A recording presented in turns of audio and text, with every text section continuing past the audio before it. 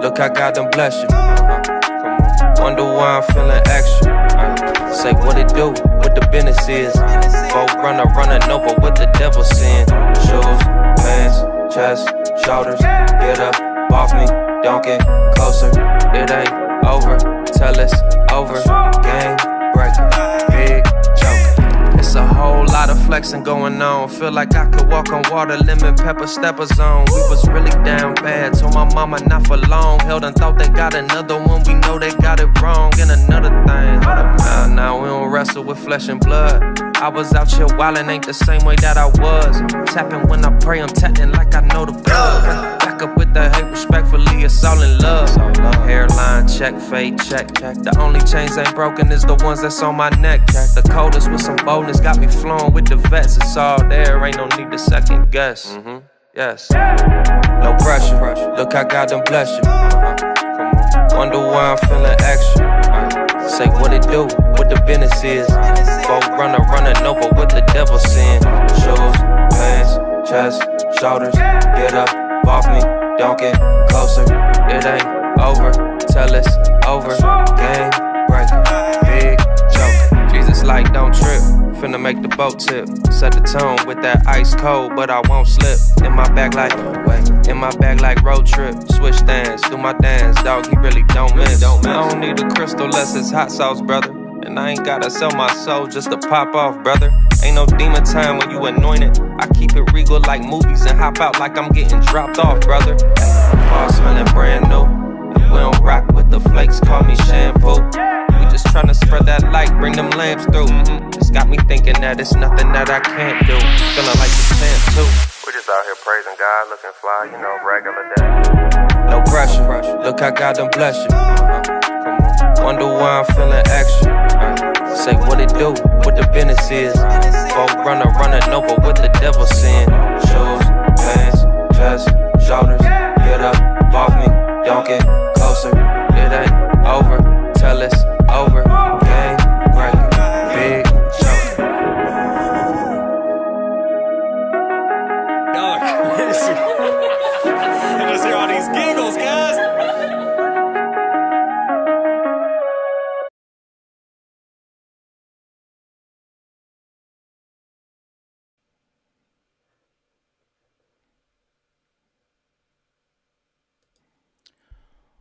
What's up, family and friends? Welcome back to another edition of the Wrap Up Podcast, where we dive into the latest news, sports, and culture.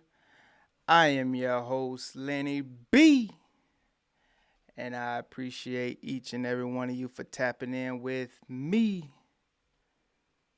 Big shout out for those that's hitting that like button, sharing the vibes, subscribing. Remember to put God first.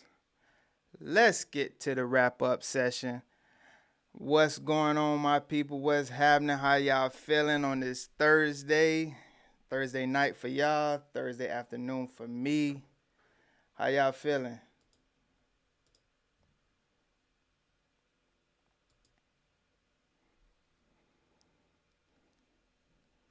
I see we got a couple people in the building. How the sound quality going? Y'all hear me? Y'all hear me all right? Got a little lag on my end.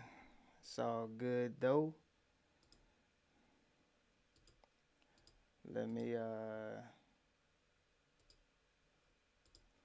do a couple things real quick and we can get started.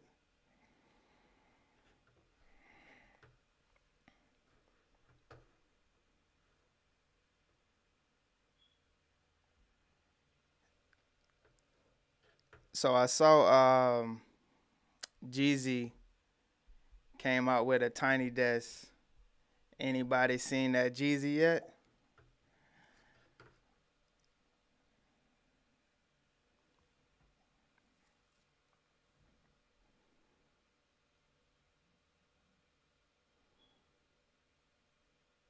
Getting started.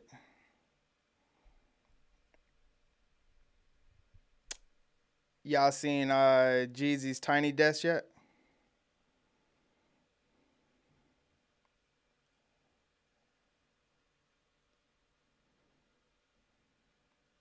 Okay, bits and pieces. Okay. Yeah, I haven't seen it yet. I saw it on the on the trailer. I definitely got to check that out. Definitely got it. Okay, just clips. Okay. Um, yeah, just a clip. Yeah, we got a little delay on my end, but it's all good. I think I can get through it. Be all good. All right. Yeah, so let me pull this one down.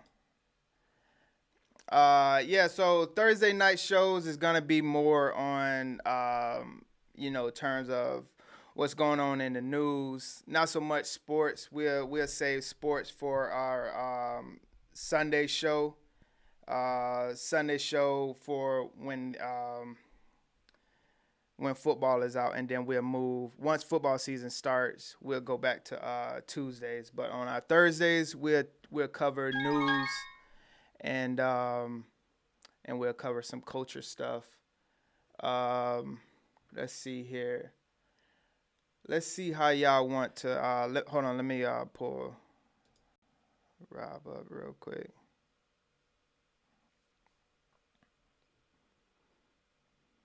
Let me see. Let me get your mic real quick, Brody.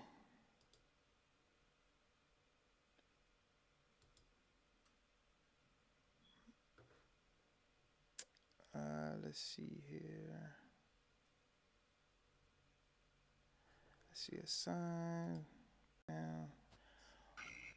What's happening? What's up, baby?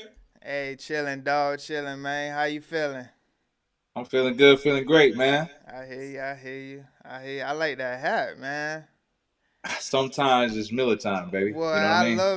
I love me a good Miller, boy. It Hey, gets champagne for years, bro. true, boy. I tell you what, I haven't had a cold brew in a minute, but whew, Yeah, we spoke man. about that the other day. Now, don't let this knock you off the path. You know what I'm saying? For real. Don't let this tempt you. You know what I'm saying? Because it For be your own real. people that tempt you. You know what I'm saying? Yeah, yeah. I just thought the hat was fly. Somebody told me I got to get out of black in 2024. I just love True. wearing black. I just No, love it. bro, I'm the same, man. If I can rock black every day, sign me up, man. Yeah, Sign me up. to this day. To this day. Yeah, why? It's like a uniform, bro. I got so many large black shirts. Yeah. Hey, notice I said large. It used to be three XL. Yeah, bro. I tell you what, man. I look back and wonder like how in the world did I ever fit in a 2X, 3X shirt? Yeah, And man. and, And the and, dudes and I were ain't talking tight. about '05 when that's what it when that's what we were supposed to be doing. Yeah. It's Yeah. so, We was definitely some big fellas this time last year. Like man, that's crazy. That's crazy. Teriyaki, what's going on, my brother? How you feeling? My boy teriyaki in Teriyaki. the teriyaki in the building. I really want to say his name, but I Yeah, don't want to say his name. You know what I'm yeah, saying? yeah. So we'll keep it anonymous until he wanted out there. But he did Right. hit me up on the back end, But and we know who you is, yeah, brother. we was right. We was right. Yeah. Yeah, that's our I boy. was right. Yeah, Yeah. Oh yeah, man. man. He Yeah, slick with the name though too. I yeah. like that. Slick with the name too. Slick, He's slick slick with the with, name. slick with That's it. my Yeah, that's I my thought, dog though. yeah, I thought that was real funny that he hit me up and I was like, oh snap, that's really Yeah. you. Yeah. Yeah, It's really you, man. Like yeah. yeah, man, that's crazy. Yeah, What's been up, G? What's how your week been, man? How your weekly catch up, man? What you been up to? yeah, week been good. Naomi birthday is Monday. I want Sweet to say. 16 or Yeah, Sweet 16. So we got people coming in and everything like that. So we are doing like the family pictures and all that stuff. good All DC that or Houston? some Both. from hold on, where we going? So some from Tennessee. Okay. Keisha's Tennessee, shout out friend. to Young Buck Right, for real, Tennessee. and Um, Alvin. Like, who? Oh, my sister from North Carolina. She coming in. So okay. that'd be good. I haven't seen her in about what 5+ years probably. Jeez, Um, 5 years ago. yeah, We were young 5 years ago. man. Who you telling? Who else coming? Oh, my dog Boogie coming in. My dog Oh, Boogie coming in. He should be in the chat a little bit later. He said he was gonna pull up later on. So we'll see I if know. he First thing he gonna want to talk about, man. I'm gonna have to explain myself thoroughly. Is um Wale, those DC dudes being. Yeah, right. Yeah. And Listen, he gonna want you to explain yourself on that and them cowboy takes. yeah, I'm not explaining the cowboy taste because that doesn't need to be explained. I will grant him explaining DC every time that I've interacted with a DC dude. You remember one of my aces in the Navy was Yeah, from right. DC. Yeah. Yeah. They let you That know that Chase, they're right? emotional, huh? Chase, right? Chase, man, shout Yeah. out to Anthony. Well, I don't want to. Yeah, shout out Yeah. to Chase. Yep. But Yep. yeah, man, like they let you know, like, hey, listen, we're emotional. Like Mhm. whether it be like anything, bro, they ain't letting it go. They will die on that hill, like Right. you know. But Yeah. I So love them though. yeah, I wanted to yeah, I got some topics that we can run through this today that I think are gonna be pretty good after I get through with the news. But Okay, so I titled this one the G code. I seen that. That was pretty So slick of you. yeah, so I was thinking about a title for this one, and I was just like, I can name it what I want to kind of talk about, what I feel like the conversation to be towards the end. Then I was like, nah, I got called Uncle Tom for the first time, in my life, over the comments, for my comments towards, old Fannie Yeah, Willis. yeah. And so that just had me kind of thinking of like, man, like what code are we really supposed to stay on in life? As humans, as people, as black people, as Right. whatever race whatever you want to call it. Right. And I just looked at it as just like, hey, the G code that we grew up on was obviously juvenile and what what It's it represents. it's what we live Um, and we die by. The G code is what we live and we die by.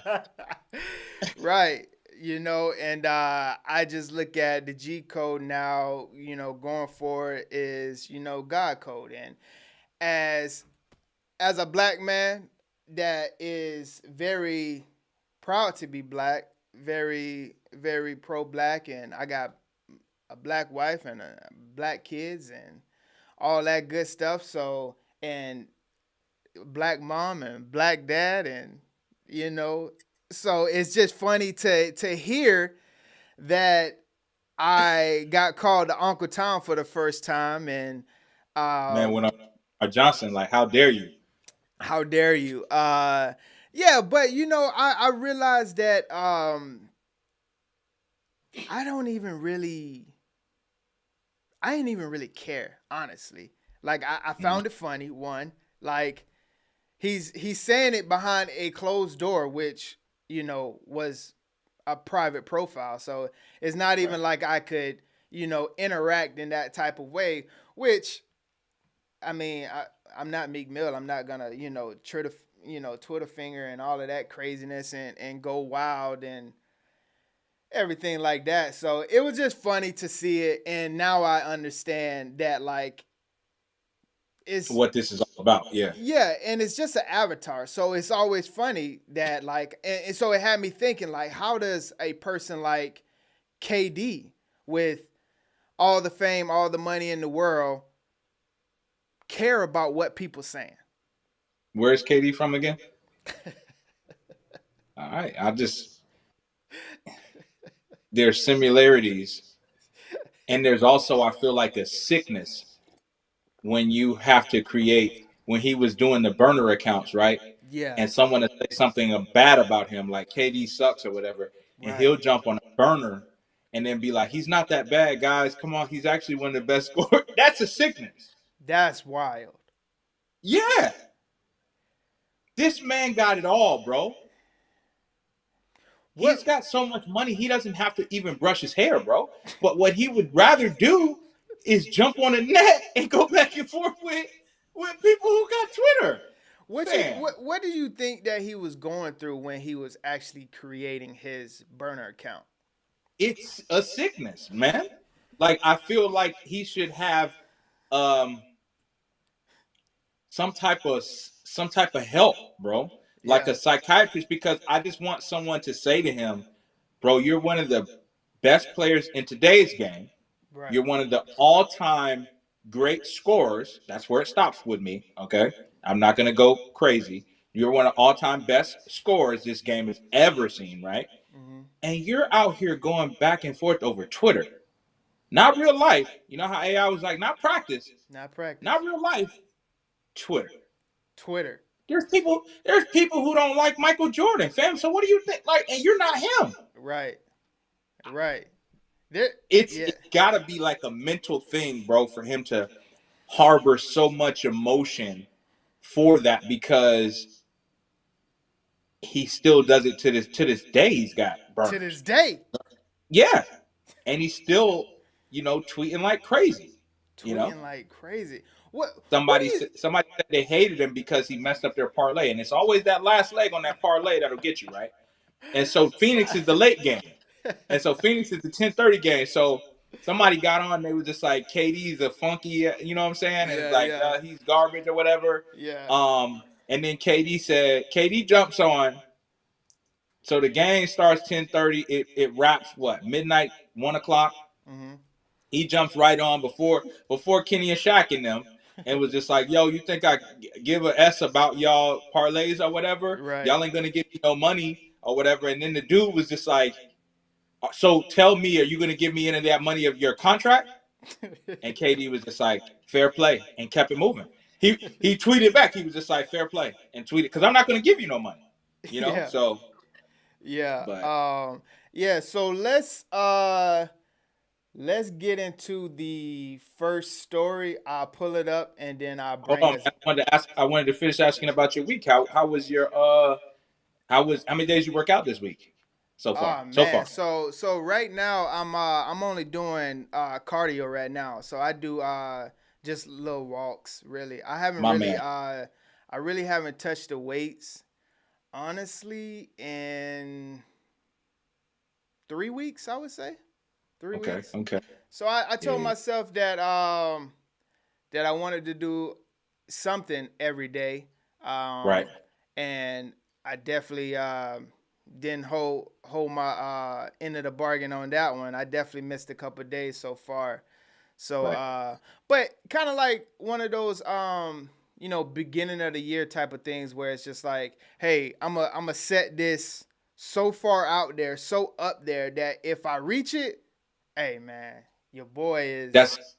That's what, when we talked, you said, when we talked like end of last year, early this year, you told me you were going to work out 365 days. Right. And you notice most of the time, like, I'm with you. You know what I'm saying? Yeah, but yeah. I know myself, like 365 days, that's every day. That's every day.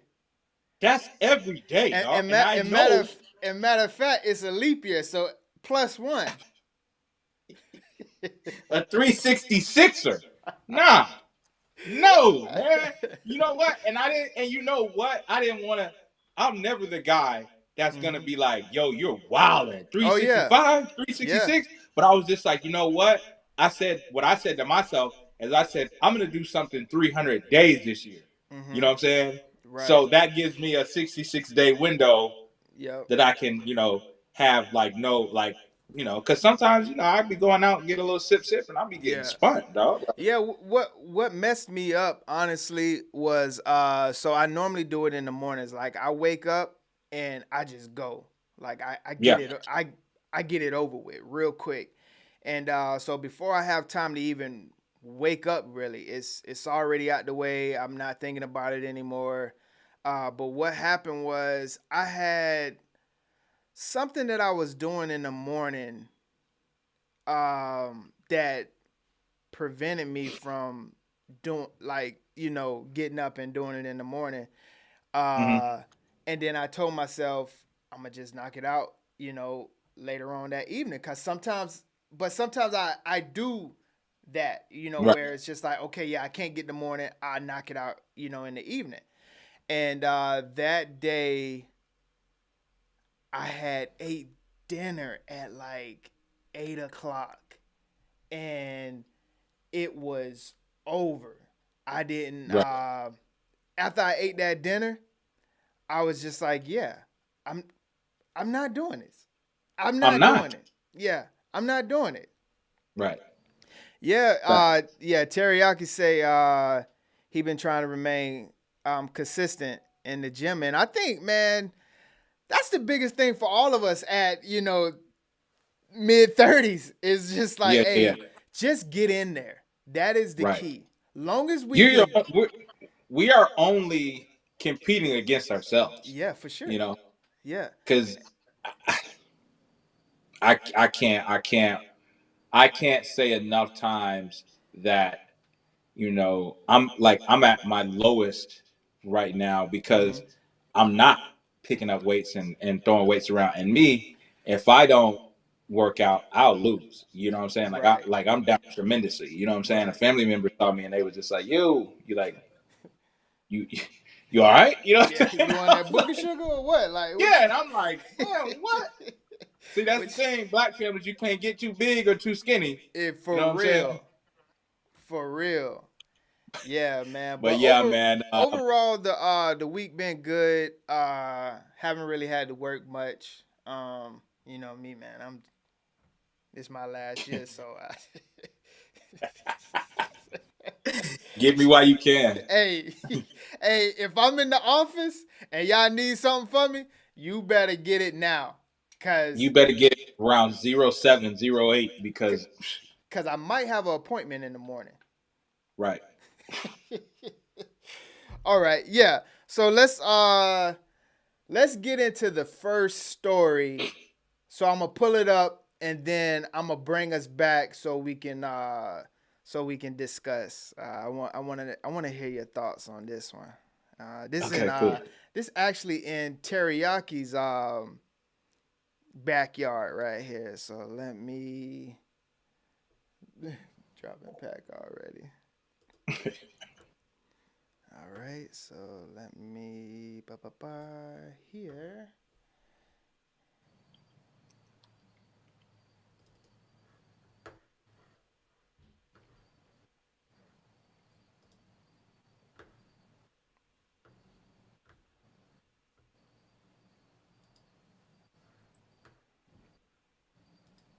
Our top story at 5 o'clock. A pit bull breeder is savagely mauled to death by the very dogs he was raising in Compton. His mutilated body was found inside a blood-stained kennel on his property. KTLA's Chris Wolf joins us live from Downey with details about the gruesome discovery. Chris? Yeah, Cher and Court, gruesome discovery indeed. Veterinarians here at the LA County Animal Control Center in Downey have been working with these pit bulls. We understand they have been sent out for DNA testing. Authorities believe the victim was actually killed sometime last night, maybe around 7:30, 8 p.m., and his body was in that dog pen for hours until his girlfriend found him this morning. Sky 5 was overhead as a woman frantically scales a fence, trying desperately to avoid some very agitated and apparently dangerous dogs on the ground below her. They have already killed her boyfriend. whose ravaged body is just feet away. The deadly pit bull attack happened at a home on North Thorson Avenue in Compton. Investigators say the woman discovered the gruesome scene Friday morning in the backyard and called 911.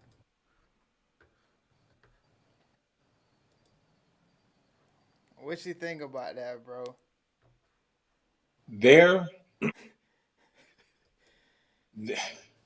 Let me say this right, okay? There is, if there's a worse way than getting ripped to shreds by your own dogs, By your I own don't want dogs. it be your own people. This is the definition of it, be your own people. Yeah. Dog, he feeds those dogs. Yeah, man. He, you know what I'm saying? Like, he cleans up after those dogs. Yeah. And what they do is they jump him and tear him to shreds. Bro, that's sad, man. Yo, think about it. Do you think they was actually planning to do that? Of course, man. Like, yo, hey. He probably, yeah, because there's so many of them. He probably had to strike one of them because that's the way black people raise dogs, man. Black people hit their dogs, white people do not. And that's just that. Right. Black people hit their children and white people do not. That's just that. Right. So, because black people feel like if the more resources I'm pouring into this, whether it be your kid or your dog, I'm gonna take care of it the way I want to take care of it. You know what I mean? And right. So, come on, you know I'm right though. You know I'm right though, Teriyaki. So I feel like the dogs have plotted on his downfall, man. And then the way that they described that, bro, was absolutely sad and terrifying. Man, they found his body ripped to shreds, bro. And think about that. Like they said, so he was feeding him at night. His girlfriend had to come the next day. Dog, his body, I'm gonna be real, his body was in pieces, bro. You saw how they had his body. You saw how they had to put the tarp over the kennel, not to even show it. They can't even show that, man, because he's shredded. So the question is, I did a follow-up report on this one, and the dude had 2 daughters, so he's leaving behind 2 daughters. And so his best friend is a female. She had did an interview, and she was just like, yeah, he wasn't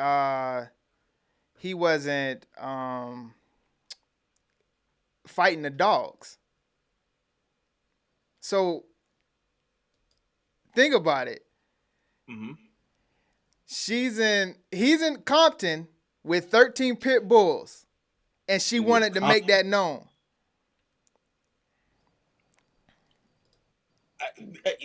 He was fighting the dogs because that would listen. If you were to come to my house and see me ripped to shreds by my dogs, right? You would make it. You wouldn't go out of your way to say, "Man, FSU Raw, he's a good dude, man. He didn't fight dogs, man." Wait, what? If he didn't fight dogs, that shouldn't even. Now we wasn't even. That wasn't even on our radar. Yeah, you know what I'm saying? Right. So, but yeah, he probably was. He was breeding and fighting dogs. He was breeding fighting dogs, and you know them fighting dogs, man. There's so much PTSD in them. That's why he should have never been in that kennel unarmed. Unarmed. Yo. What up? What up? What's going on, G? What's going on, Playboy? Chilling, man. What you think about that? Hey, man, I gotta tell you, man. Hey, I was just out maybe like 30 minutes ago walking my dog with my wife. Yeah. And I had to hold my dog back because this is old black lady ain't have a dog on the leash, just letting the dog run amok. And I'm like, yo, man, we're near an intersection. Right. You know?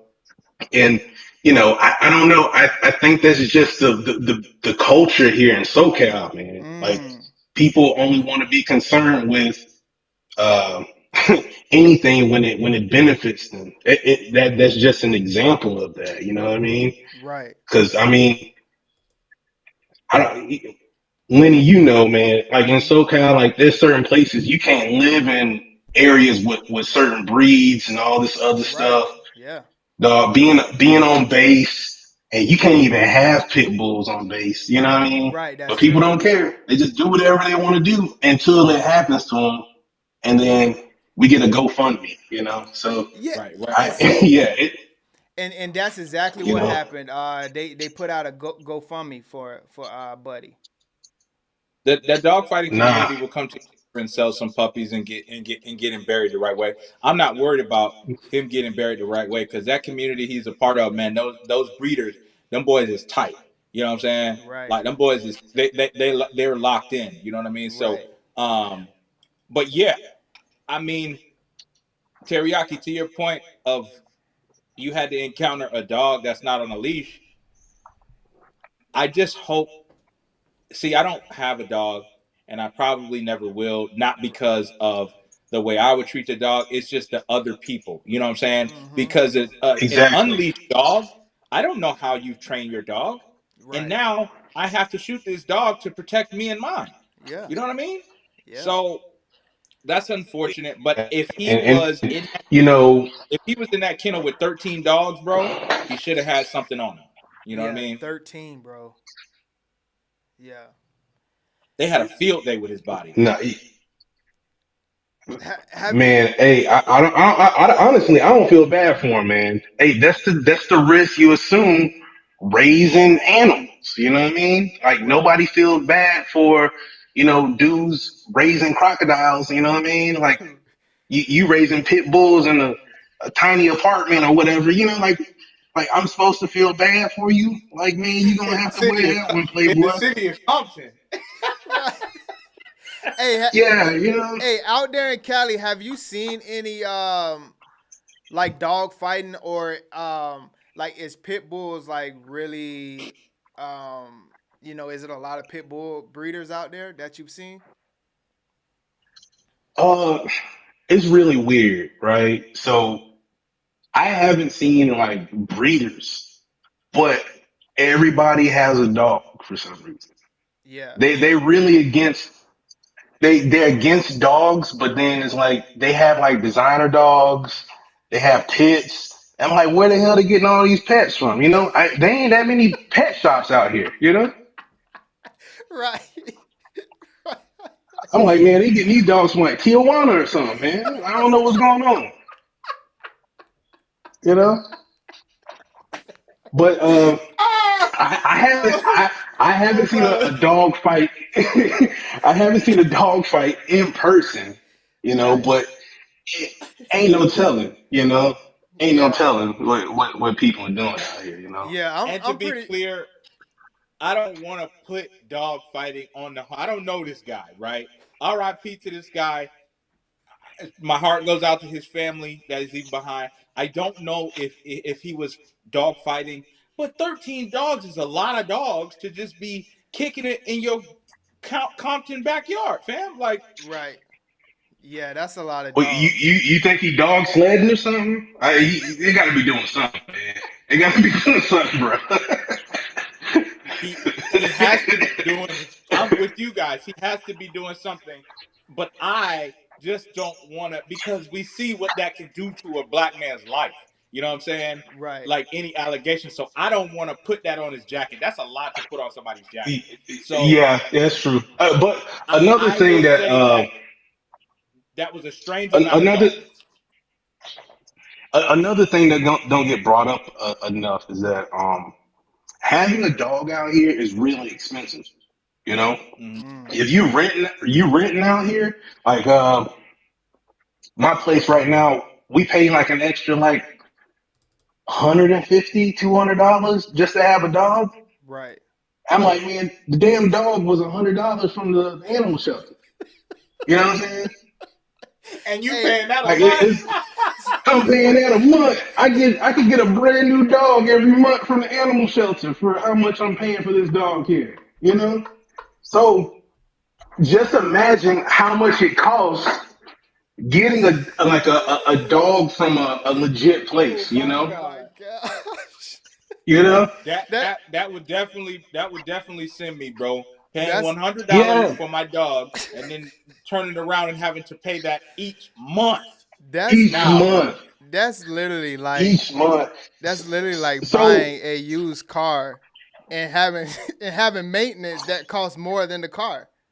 yeah, yeah. So if you think about it, like if I were to go to a reputable place to get a pet, I'm going to be paying, you know, at least $1,200, $1,300 for a dog that's like registered and have all of the, shots and all this other crap. Right. Or I can go to Old Boy in Compton and I can get this pit under the table, you know, and for like, a little $200-300, I'm good. Gosh. He's raising killers though in Yo, Compton. so did you hear a part of the story where they had to take the dogs in to get them DNA tested to see which dog ripped them up? That's Listen, wild. the only part that I'm upset about in this whole story is that those dogs are still alive. I would have came out there and sprayed them all. I was spraying them all. Spraying them all. So Dude, it's a human that's been ripped. yeah, so the follow up story is they did have to put them down. Yeah, Thank God. yeah, they had to put them down.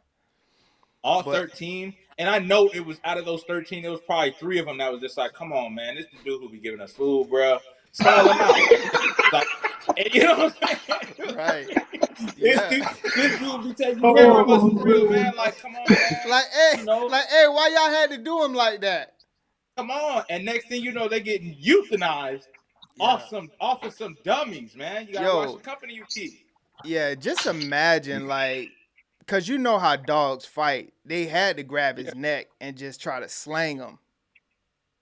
So that's why I said there was pieces, man. And that's why I say, man, those 3 that didn't join in with this, man, Juvenile just gave us so much a guide to life with 400 degrees. Right. You know what I'm saying?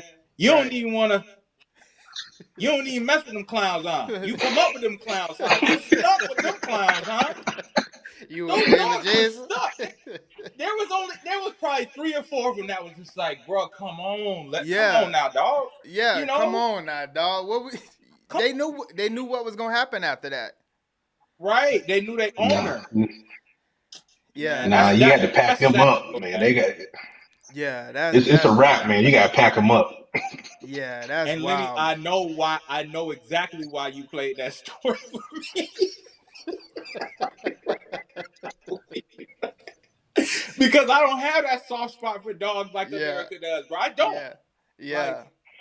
I don't. If I get a dog, my dog will be trained to the T. Right. You know? Yeah. And then if I go to sleep and God willing I have a heart attack in my sleep, he's still gonna eat me. You know Yeah, what for I'm saying? sure. But yeah, just to wrap up this story, yeah, it is an unfortunate loss, and it does suck for an old boy that had to leave his 2 daughters behind for sure. Yeah, so Yeah, that but does yeah, suck, man. that's Prayers not, out to the yeah, that's not the funny part for sure. Yeah. Yeah. But let's move over to Chirac. Oh my God.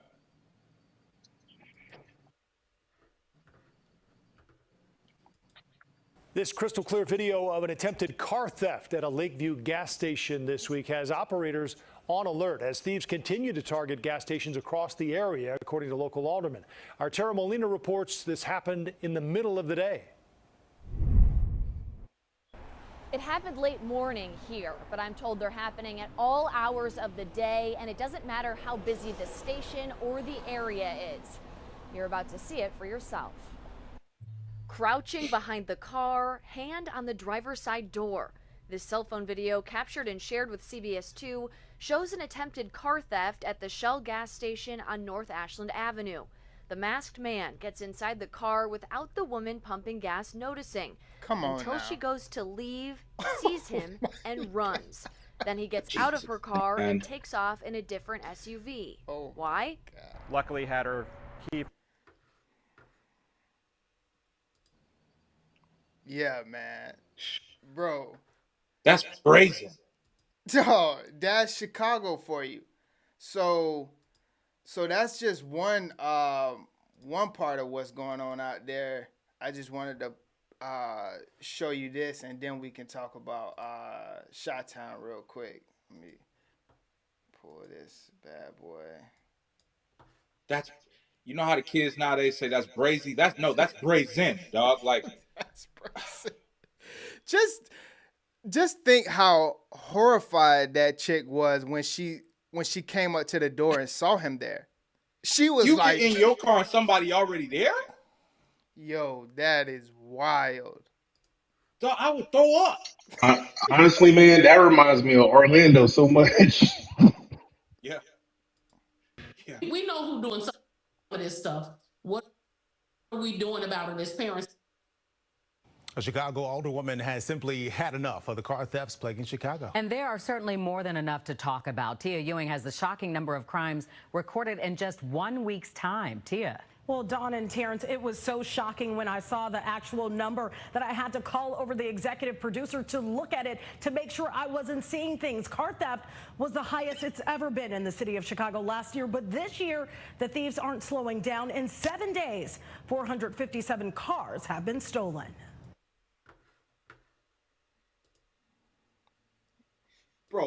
Bro, in 7 days, 457 cars have been stolen. yes, my guy. In 7 days. I'm at a loss for words, bro. That's Chicago. My best advice for any youngster in Chicago, man. The only way you're going to be able to rise above, man, is keep your head in them books and play a sport. That's the only thing getting you out of there. Yeah. Yeah. That city will take you under if you let it, man. In 7 days. 450 in 7 days. Dog, them boys, think about if they were working a job.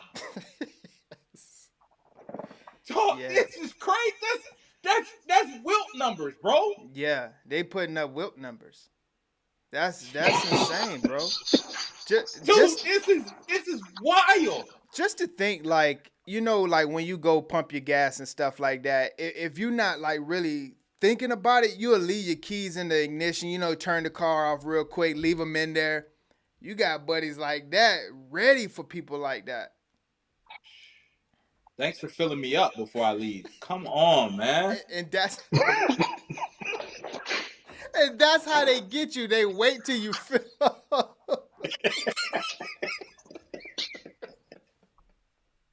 So is this like an uptick? Is it? Yeah. Is this like? Yeah, they said last year they was only doing Kobe numbers. Now they doing Wilt numbers. Crazy, bro. This is wild. That's wild, bro. To 457 and 7 dog. Come on, bro. Those are wild numbers, bro. Those are wild numbers. What I'm about to say is gonna be crazy, right? It's gonna sound crazy, but something has to give, bro. Yeah. Hear me out. Let me land. Okay. Send the National Guard in there. Something's got to be done. Bro, the National Guard ain't gonna fix nothing, man. Yeah, the National Guard, they're Chicago brothers too. Yeah, you're right. Yeah, they from Chicago. Free guns. Yeah, give them free guns now. Yeah, that was crazy. Yeah, they probably Send the boosted too. military in there. Yeah. Great Lakes is right there. Get some of those petty officers over here. Get some of those petty officers to watch. Get some of those seaman recruits. Watch tonight. Hey, you going to a different spot for watch tonight? You say where I'm going. Southside Chicago, buddy. Yo.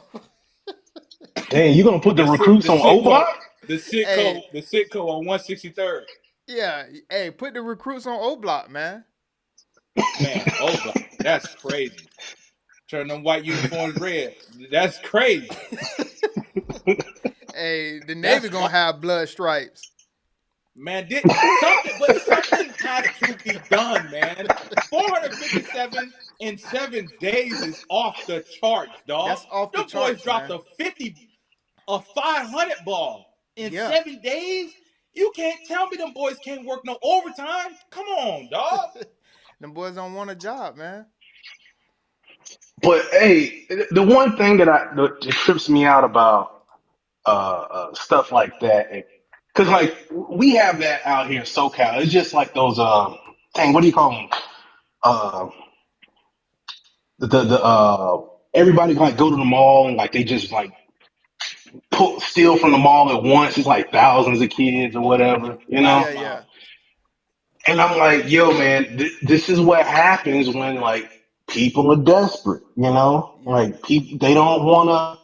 They keep telling people like, oh man, you need to, you know, the sweet twinkle of Jesus and stuff. And I'm like, yo, man, these kids need jobs, man. They need, you know, development, upward mobility. Right. And it's kind of hard, We you had know, jobs at 14.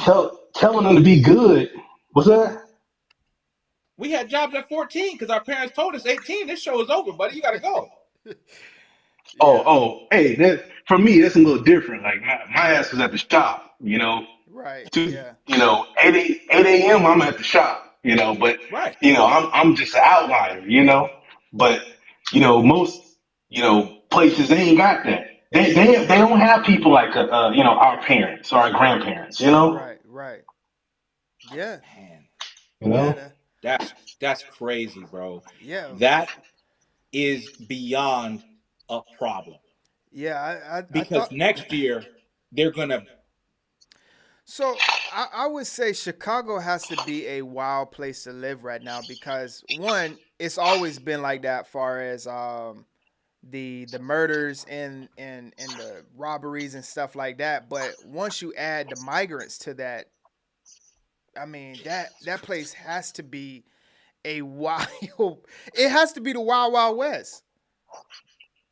Migrants and the citizens. Nah.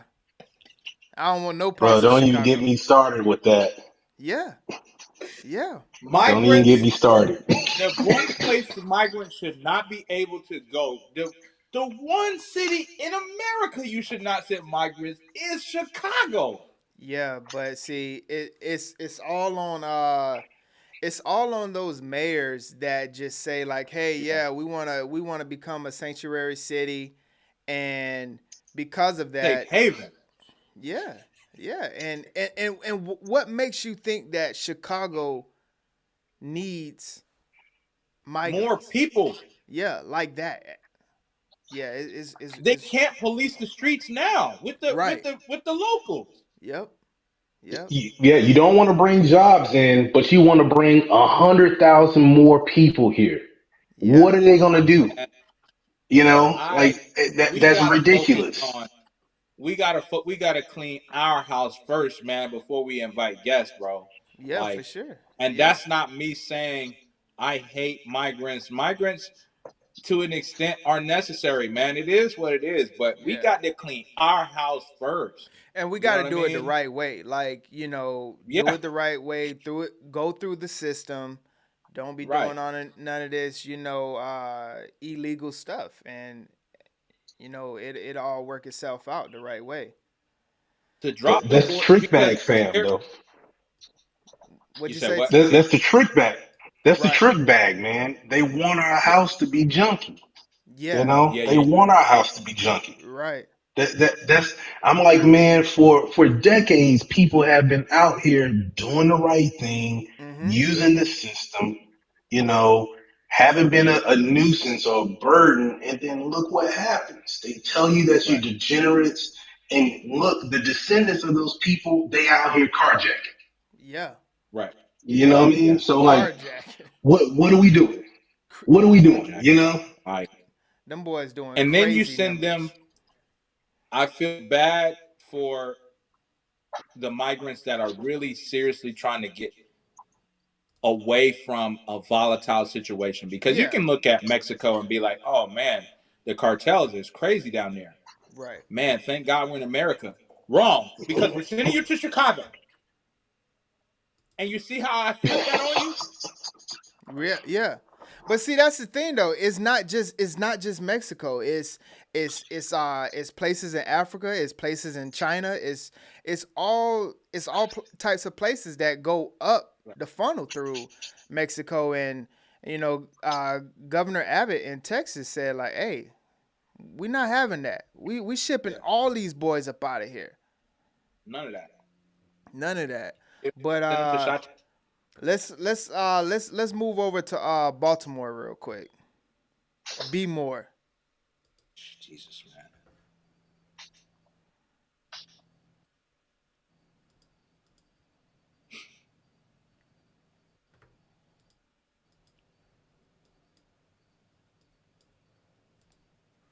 Hold on, let me see. Let me pull it back up. I can tell that ain't no good news by that brother. The look on that brother's face. He like, boy, Yeah. this story right here. Yeah, this story right here is wild. I know you'll love this one, Rob. Hold on. Following tonight, a disturbing audio recording is circulating in the Baltimore County community tonight. The recording is allegedly the principal of Pikesville High School making racist and anti-Semitic comments about students, community members, and staff. WJZ has obtained a copy of that recording. We're live on your corner outside the high school. Jessica Albert has reaction from the Pikesville community. Jess. Stefan, people that I spoke with today say that they are shocked and outraged by the comments that are made in this recording. Baltimore County Schools tells me that they are investigating where this recording came from. And since WJZ cannot verify the authenticity of the recording at this time, we're choosing not to air any portion of it. Okay, so that's the little backstory. So you saw that the news is not going to show you exactly what the audio was because they can't. By design. Yeah, they can't fact check it. But right. That was when the homie was talking about some of these little black kids can't test out of a paper bag. Bro. Yeah, I heard about the homie, yeah. For me and only me. You know, I seriously don't understand why I have to constantly put up with these dumbasses here every day. Between these ungrateful black kids who can't test their way out of a paper bag, or these teachers who don't get it, how hard is it to get these students to meet their grade level expectations? Lawrence and Ravenel should have never been hired. And don't let me get started on DJ. I'm going to drag his black ass out of here one way or another. I'm going to get something to stick. I'm just so sick of the inadequacies of these people. And if I have to get one more complaint from one more Jew in this community, I'm going to join the other side. Kathy, I'm done. I'm going to join the other side. Bro, this guy he's had enough. Wait, man, let's run that back real quick. Wait, you think he said just black people? You know, I seriously don't understand why I have to constantly put up with these dumbasses here every day. Between these ungrateful black kids who can't test their way out of a paper bag, or these teachers who don't get it, how hard is it to get these students to meet their grade level expectations? Lawrence and Ravenel should have never been hired. And don't let me get started on DJ. I'm going to drag his black ass out of here one way or another. I'm going to get something to stick. I'm just so sick of the inadequacies of these people. And if I have to get one more complaint from one more Jew in this community, I'm going to join the other side. Kathy, I'm done. I'm going to join the other side. Dog, he said even the teachers are dummies. They can't even test themselves out of a paper bag. Dog. This is... Listen, man, that is your principal. Can you imagine if John Thomas...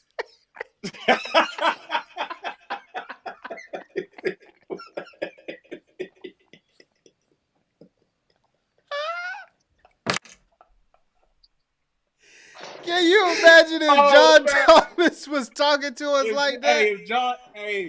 If John G ever talked to me like that, bro, at 18, I promise you I'm young enough to where I could bounce back from it. You know what I'm saying? Like I could, like because he would have to definitely see me at that. Listen, What you mean out of a bro? What? Like that is wild. And you know the only Man, y'all think that was actually real? I think it was real, bro. I do think it was real. 100%. Because it was a hot mic, he didn't hear it. He didn't know he was being recorded. 100%. They snuck one on him. Dang, why he refer to black people as black people though? Like he could have went all out, you know? Yo, that is true. He could have just said, He could "Yo, have dropped the hard R, you know? Yeah, yeah, these niggas." When he said he was gonna drag bro black ass out, I said, nah. Yo, he meant it. And I meant so I'm gonna get something to stick. You know why he talking about him like that? Because homie dad ain't been out to the school yet. Oh yeah, you already know.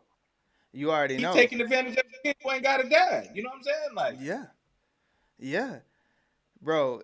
Just to think his dad come out there, he gonna Mr. Johnson, I'm so sorry. There's been some type of miscommunication. No, you're damn right. It's been a miscommunication because you said you was gonna drag my son black ass out. You know what I'm saying? Yeah, man. I think Big Terry would have taxed that chin a few times. You know what I mean? Yeah, for real. That's real. Yeah, the thing that is scary about this is that this is in HR. This is in sheriff's department. This is we only hear just a little minuscule amount. Can you imagine what we don't hear? Yeah. You know what I'm saying? What they don't say on the radios, what they don't, and then this is America's not a racist country. Okay, well if it's not, I want you to do one thing for me, and take "Are you black or not" off of job applications. Yeah. Take that off.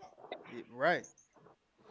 If it's just skills, then just take that off. But that's I don't get mad when I hear stuff like that, man, because I hate in them people's heart, bro. It's sad, man. Like it's sad. But I do know that there are people out there that are covert like him. You know what I'm saying? Like undercover like him. You know, like. Yeah, and he said he basically gonna ruin that kid life, bro. Like, he gonna get something thick, bro. Yeah, and just think, like, this is not a principal that's in charge of a school and say like Utah or Wyoming, where like the percentage of black students is very minute. Like we're talking about B-more. Yeah. Where 90%, 95% is black. You know, so just to think that a principal has that type of, you know, control. He's gonna get something to stick. That was my biggest takeaway from this. I'm gonna get something to stick. Right. And then when they get something to stick on this kid, they're gonna be like, yeah, of course it happened, and then they're gonna show his test scores. Like, yeah, of course he did that. Look at his test score. Of course he stole a car. Look at his test scores. Right. Come on, officers, arrest him. And it's like, man, with test scores like this, yeah, man, you know, and it's like everything's been justified up until that. It doesn't matter if they get a new principal. I mean, and where's that principal gonna go? Florida. That's where. You know. Yeah. Right. So, do you think that we should get rid of race on our job applications? I do indeed. What about sex? Yeah, get rid of that too. And then just let it play out, because look. Right. Let me land, bro. Yeah. So you done filled it out, right? You done filled out your app. Right. You sent it in, email. They hit you back. Boom. They scheduled the interview. And let's just let it play out. That's true. If Sally has a better resume than me, then hire her. If you feel like she's gonna be more qualified, then hire her. Yeah. You know what I'm saying? You still got to go through the interview. You still got to sell yourself to the company you're applying for. You know what I mean? Right. But you're cutting my legs off before anything, because you see, you know, black male or white female, you know, why is she not qualified to do it? You know what I'm saying? Like, yeah, you know. No, you could be right. You could be right. Yeah. I mean, I'm talking about stuff that ain't gonna happen though. You know what I mean? Like that's not. They're not. Yeah, them taking off. We need a way to weed you guys out, man. Come on now. For real. For real. I wanted to go.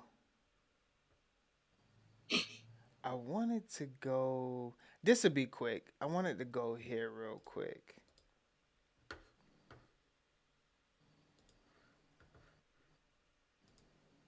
Jonathan Lemire. Yeah, and we talked earlier in the show about how the Biden White House stays the course with its foreign policy. The same can be said about its approach to the campaigns. They're going to tune out the noise. They're not going to listen to whatever is on Twitter X. And some of that is the president's famous stubbornness, and some of it is the team, the confidence in the team around him that what they've done has worked before, and they believe it will work again. And we're already seeing here that with voters starting to vote tonight, finally, voters voting. And if Donald Trump puts up the win we think, then a Trump nomination becomes that much more of a reality, and we take one step closer to that binary choice, Trump-Biden, and that's when the Biden team has always believed that people will come home because they will vote for him because they don't want to go back down the Donald Trump way. And we should also mention a little news this morning. The Biden campaign team's strategy has always been to start ramping up events this year because they spent last year raising money. And they just put out news this morning that they raised more than $97 million. The re-election team and the DNC raised more than $97 million in the final 3 months of last year, which includes, that means $235 million from its launch in April. And they finished the year with $117 million in cash on hand, which they say is the most any Democrats ever had at this point in an election cycle. So this is going to be an extraordinarily expensive campaign. Democratic aides say to me that they think it's going to be about $2 billion. So they're going to need a lot more than this. But this is a positive number, they say, and they believe another sign that their strategy, though criticized by some of their fellow Democrats, is going to work. Now, I just wanted to touch on this because in January, they reported that the Biden, administration, committees and fundraisers all together raised $42 million. Think about that number. We're talking about $42 million. Think about all the things that has been going on since the beginning of this year, as far as the migrants coming over here. We got, we starting to pay these boys, overflow of housing and migrants beating up people to still see, dog, beating them up. Listen, to think that these boys can come over here, get free housing, and free housing, free money, clothes, shelter, and then still whoop a cop's ass on the street? Nah, brother. That's wild. Nah, dog. Nah. That's wild. Where can you go and do that except here? Only here. Only here. Only in America. This is America. Try that in Sweden. You try that in Sweden, you'll never leave Sweden. You can kiss your sweet. Yeah. Man, that boy's getting $1,200 a month, Lenny, on a card. Eric Adams said, man, don't even worry about it, man. Y'all ain't got nothing. Here's $1,200 on the card. Here's 12. Here's a quick 12 for you. Here's a quick 12 racks for you, man. That's wild. What you want, huh? They'll buy whatever you want. That's crazy. And then they whipping cops' heads in the street. Come on, I whip your head, boy. The back of the steel. Dude, I promise you this. If that dude would have connected with that kick, he's facing an attempted murder. Yo, I was thinking that. But what's so crazy? He went full Sebastian Janikowski. Shout out to the nose. What's so wild is he had to come from Venezuela or Colombia or something like that. He must not have played soccer because his kick game was straight trash, man. Bro, you supposed to be able to land kicks. Yeah, a little head movement and Buddy was on his butt. Yeah. Man. because that's why I say that it would have been an attempted murder charge, because anytime you generate that much force with your foot that you got to sit down if you miss, Yeah. bro, you were trying to demolish something. You were trying to put a dent in something. That is wild, bro. But yeah, man, I mean, going back to that clip we just had, it's I think like just to think about it, these boys got 130 million, I was reading, of cash on hand. Mm-hmm. Like 130 just sitting here for an election. Yeah. You mean to tell me this is the only way that America, picks its presidents, to where that they have to, like they said, have to raise that this election year is going to be close to $2 billion. Bro, do you know what we can do with that type of money? And I actually looked at his website to see how to fund and stuff like that. Right. It's amazing to see that the average everyday person is giving $25 a month. Just think, like, you, me, and all the people get together. $25 go a long way once you start adding that money up. Right. Are we sending it to Ukraine, or is this a different fund? See that, and that's what's so wild about it. It's a different fund. It's only for elections. Like all that Ukraine money, that's taxpayer money. That's a whole nother fund. Right. And it's like, where is all of this money coming from? And I want to know where it's all gonna go for where it's all gonna go for a loss. They've seen enough of JB, bro. That's pretty much. Has he done a good job, bro? It's neutral. Yeah. It's 50. He didn't do no worse than Trumpito. It's just, bro, they tired of this dude, bro. Like, he's it's tired. He's tired, and it's like the Democrats, bro, will always do this. They will always go with. They won't go with who was, because it should have been Bernie. You know what I'm saying? But they were like, nah, we can't do Bernie, man. He's just too far with this other stuff. And it's like, okay, so you're going to go with Joe. You know what I'm saying? And it's like, I don't know, man. Yeah, it's going to be interesting to see in the next couple months, because I would say Joe is only going to keep getting more money. The pot is going to get bigger, and you see how they're doing DT Trump, man. They're taking so much, he's taking so much of a hit that my boy started selling shoes. He had to drop the sneakers. He said, I'll get the black vote, you watch this. Forget Jordans. Yeah, I'm dropping the Trump ones. So was that money going to the Democratic campaign, like the national convention, or is that like a super PAC fund? I want to say that's all encompassing. Like that's their whole pot on hand. So I was reading that if let's say that he does lose, that money still, quote unquote, can't be spent personally.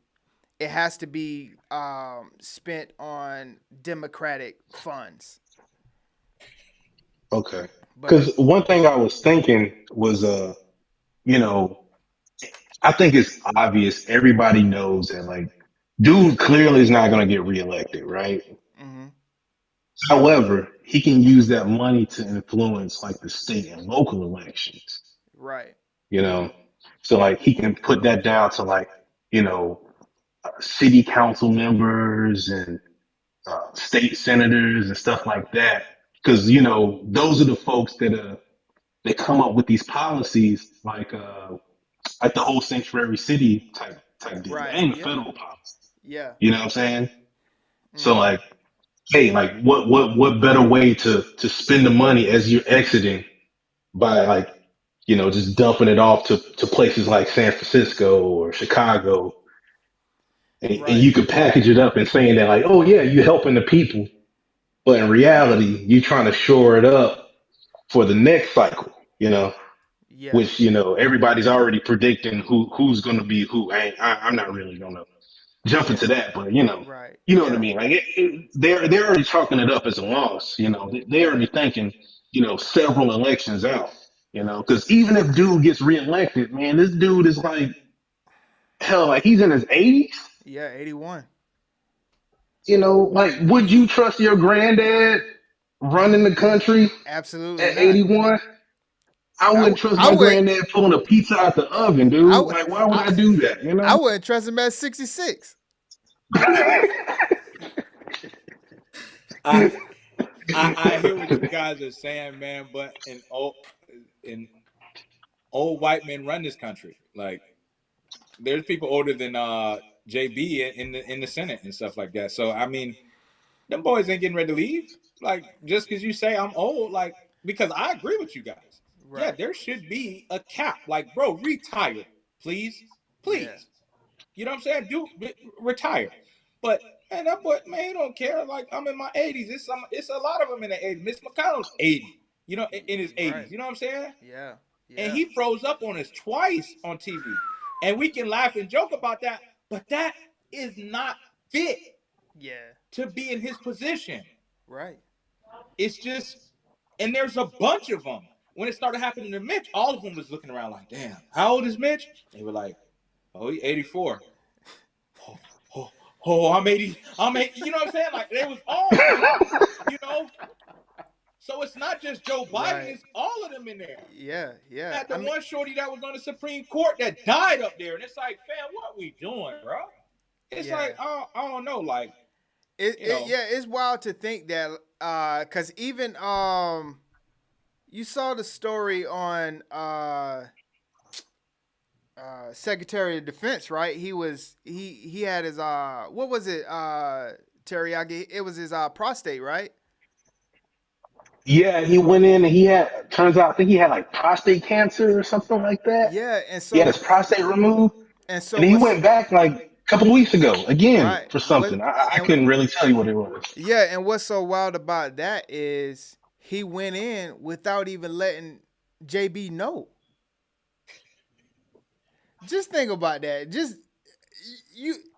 We all done experienced military life. Can you imagine like not telling, your chain of command, like, hey dog, I'm about to hit the ER real quick for this surgery. That ain't gonna happen. It's a court martial. Like, that's what's gonna happen. You're going to mass. That's what's. Yeah, you're going to mass. Matter of fact, all right? Matter of fact, I'm good, Chief. matter of You're going to fact, mass. matter of fact, they're gonna hold mass at the ER room. Yeah, you're gonna be in the emergency room getting an IV, and they're gonna read you your rights. Yeah. It's gonna be at your bedside, you freaking deserter. Yeah. Like. Yeah, and next thing you know, Jag is gonna be in there, and they want to get a statement. And you know what I mean? Like, what if you die on that table? Yeah. What if you die at that table? It's a dear election of duty. Right. That's what's so wild about him not letting it be known that he was going under. Like, bro, you're the sec def. Like it don't get any higher than you. All right. Yeah. Now when that hit the waves, you think China been talking with their chest now? Them boys gonna be like, it's over. We on the porch now. Yeah, we on the beach in San Diego now. That is so wild, bro. To think that like that's what's going on in our military and in our politics, and just you got Sleepy Joe falling off the bikes, can't go up the stairs. He's supposed to be falling off bikes. He's supposed to be falling going up stairs. He's 81. 81, bro. Those knees are shot, bro. I don't think people look at that and they're like, see, he shouldn't be. Yeah, he shouldn't be. Yeah. You're not. See, that's Yo, not why was news he to me not that on a he's falling off tricycle? bike. That's what I'm trying to figure out. That is true. Why didn't he have 3 wheels? He's trying to prove a point. You know what I'm saying? Like, yeah, I'm 81 and I can still. Bro, come on, man. You're a lifelong politician. All you've ever done is Man, sit in he, front of a desk. Like, you don't have no range of motion or mobility. You know? Yeah. Yeah, bro, that he let one acorn ruin his whole day. That's all it takes. You know what I mean? right. Yeah. I don't know, man. I just hope that see this situations like this, I'm gonna be real with you, is why I stick to this. Yeah. You know what I'm saying? Right. It's because it's so discouraging. It's so like you look at it and you say, man, what the hell? Mm-hmm. You know? Right. It's crazy to me, man. Yeah, That's nuts. I want to ask y'all a question. Do y'all know who this is? No, I don't know who that young lady is. Okay. Teriyaki. Oh, yeah. Yeah, boy. Hey, don't get me started, bro. Don't get me started. Yo, Rob, Yes. hey, this chick is wild, man. Okay, I just You wanna, thought you thought Sleepy Joe was wild. This chick is wild. I just wanna run through it real quick because we're gonna be covering this story because this boy, you want to talk about a wild politician? She takes the cake. She looks pretty nice. Yeah. This is what you call city girl mayors. Oh no. Yeah, bro, don't be fooled, man. Don't be fooled. WGN investigates a spending spree in the south suburbs by an unapologetic politician. Last fall, we detailed some of the expenses billed to taxpayers, and tonight, Ben Bradley's back with new bills and new questions. Micah and Ray, Tiffany Henard and her team travel in style. First-class airfare, fine dining, and 5-star hotels. It's in sharp contrast to the communities they represent, which have a per capita income of $29,000 a year. Remember that number now. $25,000 a year is the average citizen's salary per year. $25,000 now. And 20% of the population lives below the poverty level. I am in the White House. Tiffany Henard has a taste for travel.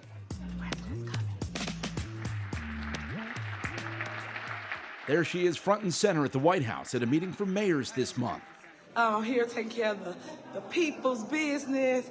It's how she travels that caught our eye. But I shouldn't have to sit up here and break all this down. Henard serves as the mayor of Dalton and supervisor of Thornton Township, 2 elected positions that earned her more than $287,000 in 2022. But here's what happens when you ask her about how she spends tax. My girl is making over $200K while everybody else is averaging $25K, bro. Money. I do not handle anything as relates to with credit cards. As you heard me speak today in my board meeting about, I do not handle that. Some of those charges are for you, though. No, sir. You didn't go to Las Vegas? Got you. We got you.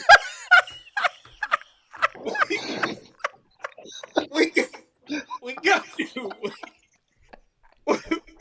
What's man?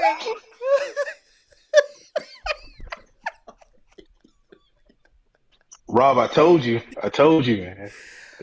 Dog, you should have slapped her with that mic. What are you talking about? Yo, You liar? Rob, that ain't it, man. That ain't it. That ain't it. Let's get back to it. That ain't. Wait, hey, buddy, say, hold on. You didn't go to Vegas? No, and he should have punched her.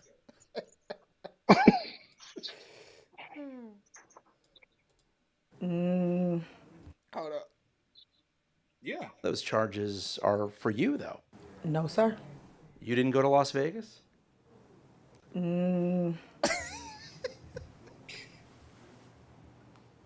What is that? No comment. You don't know if you were in Las Vegas? Of course I do. Were She you? thinks it's so funny. It's not paid by them. Did you fly first class to Las Vegas? Any other questions? Political strife is a fact of life in local government here. Any other questions, bro? Let me you already know they going at it in the towns. Bro, meeting. she's moving. Bro, she's moving like a middle-aged white male out here, bro. Watch this. Business owners claim Henard targets her opponents. Tiffany Henard's spending and self-promotion are big issues here. Her face is everywhere, from government mailings to billboards. Those signs cost taxpayers more than $22,000. Remember, the average citizen makes $25K, bro. A year. They spending 22 on billboards. It ain't nothing to her. Oh yeah. She's also something of a social media star. God chose me. You may have hired me, but God chose me. Somebody know something. Don't nobody know nothing? I don't think she's fit to be a mayor. I think she really want to be a reality television star. Nikita Cloud was Tiffany Henard's chief of staff in Dalton for less than a year. We spoke with her after WGN Investigates first exposed how Henard and other officials spent thousands of dollars on trips, meals, and more that they've refused to explain. Now, a new batch of records from Thornton Township shows the spending spree hasn't slowed. Credit card charges show that in just 5 months, township taxpayers footed the bill for more than $23,000 in restaurant meals statewide. Bro. Man, up the ante. Take it up a notch. Those are rookie numbers.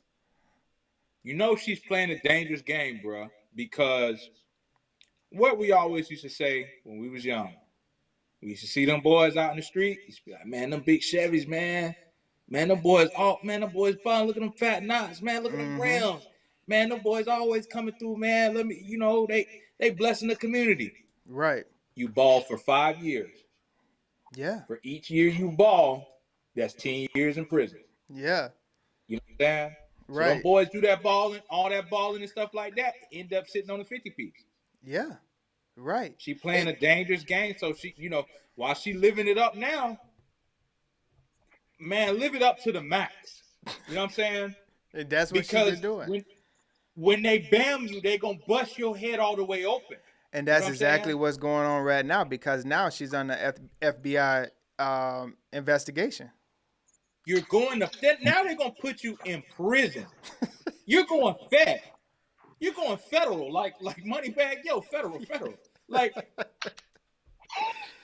yo, yeah. But hey, y'all ever seen y'all ever seen that movie? Y'all ever seen that movie, The Dictator? Nah, I haven't. Nah, it's like they're spoofing Gaddafi or whatever. Okay. And yeah. Yo, when I see this chick, I swear, man, she reminds me of that movie, man. Because everything she's doing, like she got like the police chief and all them like doing the bankhead bounce and all that, like stupid stuff. You know, I'm like, yo, what are you doing? Yeah, that's wild, bro. Just to think that like this is something that you see on like a TV show. Like a small town from a middle-aged white male, yeah. Yeah, a small town mayor, just going wild with the funds, going on first class flights and 5-star dinners. Yeah, she's taking it to the max. And she's making $250,000 a year. $250,000. Spend your own bread. So the funny thing about that is she was going up for re-election, right? And she put out a bill that if she gets re-elected, she gets to keep the $200K a year. But if she loses, guess how much it goes down to? 150. $25K. Nah. Oh. Okay, now you're talking. Yeah, come and live like us. That's wild. But just to think that if she lost, the mayor incoming would only make $25K. Exactly. Got you. I got you. So now it's just like, why would I even take the position now? So I have to stay in. Man, she's definitely playing chess now. Yeah. Because if it's me, I'm making $250,000. The Yeah. next dude, if y'all decide to vote me out, will only be making. He'll have to have another job. Exactly. Yeah. Yeah. You imagine the mayor of your city bagging your groceries at Publix, fam? Yo, and this place is outside of Chicago too, right? Right. Yeah. Right outside of Chicago, Illinois. Enough said. Yeah. Enough said. Enough said, bro. Enough said. It's always up there, man. Chicago, Detroit had that mayor that one time that went on that wild spree, and the big black dude, he was like 6'8", and they put him in Fed time. He did 10 years. I think Brett just got out like here recently, but I think his name was Kwame or something like that, or something. But you could tell he was wild, man. He used to have them Steve Harvey suits and them big ass earrings. I'm like, here, right? Like, come on, bro. Right. Like, you're the mayor and you're not white, fam. You're acting white. Yeah. You're not gonna get away with this. That's why I don't understand her play. Like, you're acting as if you're not only a white woman, a white male. Like, you're acting crazy because if that reporter would have came and said that to a white male, bro, he would have spun them so hard. He'd been like, "Hey, matter of fact, I'm gonna have your job. You ask me another question like that." Yo, she was so shocked when he asked, "So you didn't go to Vegas?" Yeah, she started stuttering. Like, bro, you know it's public record what you spend, right, dummy? That's what's so wild about it. Like, you know that you have to file. You have to file what's going on. MGM Grand, that's you. Yeah. Come on, first class Delta, is that you? Like, that's wild. Yeah. So yeah, I was just looking at the Fonnie Willis story, and kind of going back to the Uncle Tom, and Blackity Black, and how people was man, one lady told me she said, "Young man, you should be ashamed of yourself."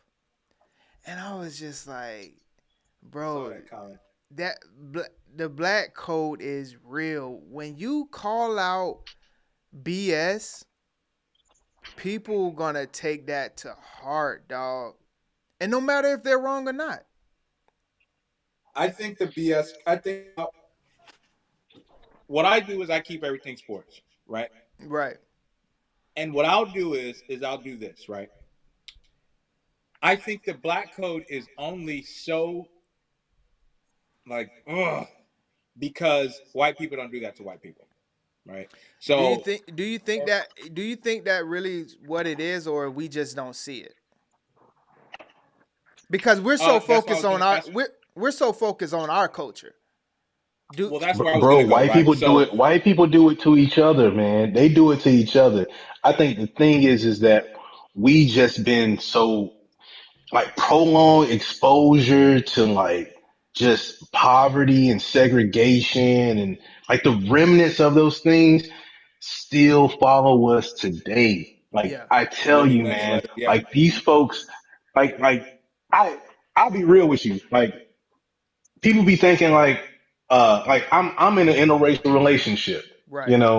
And people will be like, "Oh, hey man, like you kind of a coon because you married to a non-black woman, right. And I'm like, yo, man, I care about black people. I'm black. My wife cares about black people. Like, we actually put our money where our mouths is, Right. Yeah, and that's true. I constantly, like, I comment on something like that on Facebook. Somebody called me Dusty, and I'm like, what? I ran into the same thing you ran into, fam, and I'm like, yo, man, what are we doing? Like, it's just ridiculous. I just think that a lot of times in our culture, it feels like we highlight the negativity parts of us being black. Like the greatest things about us are the negative parts. Like, we love gun violence. We love to, you know, you know, you remember when the saying was like, man, I don't read, I don't care about school, and all of those types of negativity things where, we highlight those, like, yeah, that makes you black. It makes you black if you, listen to rap music, the wild stuff, the 300, goddamn, in Chicago type of rapping, all of those types of things. Drilling and killing. Yeah, exactly. Like if you're not banging, if you're not, talking a certain type of way, it's not considered black. And that's just because it's anything positive. If you start dressing a certain type of way, if you want to be clean, if you want to clean up your act and things like that, what is the first thing they say? Oh, why you acting white? Right. Yeah, but that's the mentality that holds us back. You know what I mean? And you guys have enlightened me. You guys have enlightened me because I don't hear a lot of white people calling out white people. I don't. Right. And the thing I was gonna say was when Vic got into that trouble, right, with the dogs, who was calling him out? Tom Jackson. Yeah. It was Tony Dungy. Keyshawn Johnson. It was all black people. You know what I'm saying? Right. Now, when I think that there was a punter that went not even punter. We'll close it off punter. I'm gonna go big name Ben Roethlisberger. When he got into that trouble on 2 occasions, all you heard were the white guys were like, "Let's wait till the whole story comes out." Like, I don't think we should persecute this guy, and we don't know what happened. Tony Dungy wasn't fighting dogs with Vic, and neither was Tom Jackson, but they went out of their way to tear him down and say, you know what? Yeah, this guy deserves all, like, yeah, if there's a jail, throw him under it. You know what I mean? And it's like, come on, bro. Like, you don't have to say anything. You know what I mean? Like, you could just be quiet. You know what I mean? But I am open to what you guys are saying. If white guys are calling out, if people are calling out people, then yeah, I love it. You know what I mean? But see, the thing about it is, forget other cultures. How are we as black men in our culture, black culture, ever gonna make it better? That's the same as being in the hood, right? And knowing Pookie just killed Johnny down the road, and we all know Pookie been kicking people's garbage cans down every Wednesday, breaking in people's houses when they gone, and he just killed Johnny. But nobody wants to say anything because what? Because of the G code, the black code. We're not supposed to say anything. No, Pookie gotta go. Right. Forget that. He's got to get up out of it. I don't care. I don't care what. Go ahead. Oh, my bad, fam. No, you good. You good. And I'm like, yo, that's the thing though.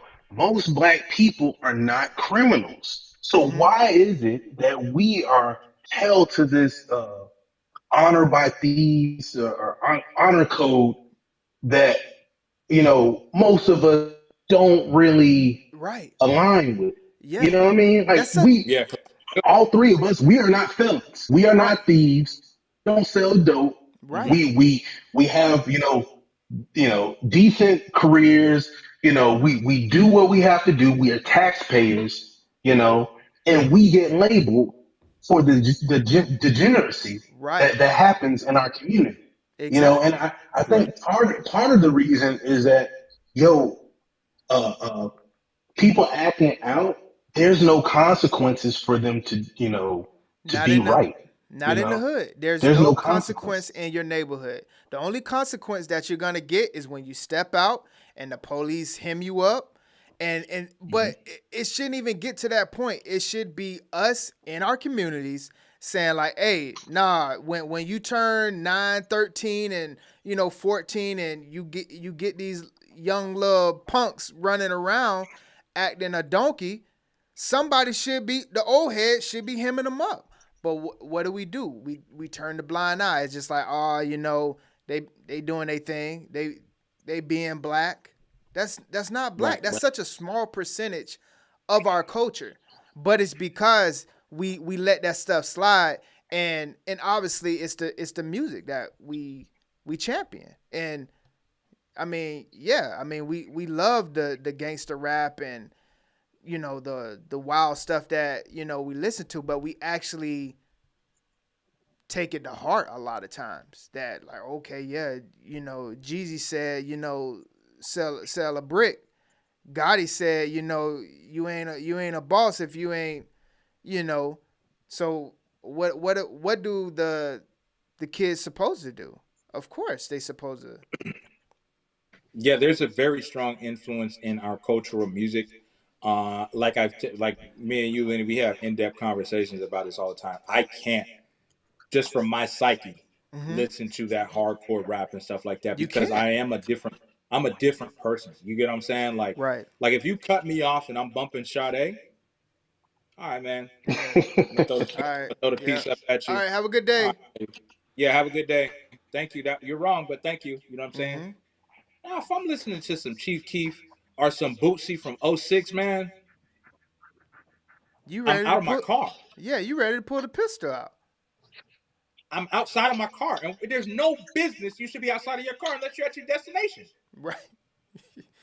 Right. So there is. I got to ask you, though, is like, if you remove that, do you think that, this behavior will go away?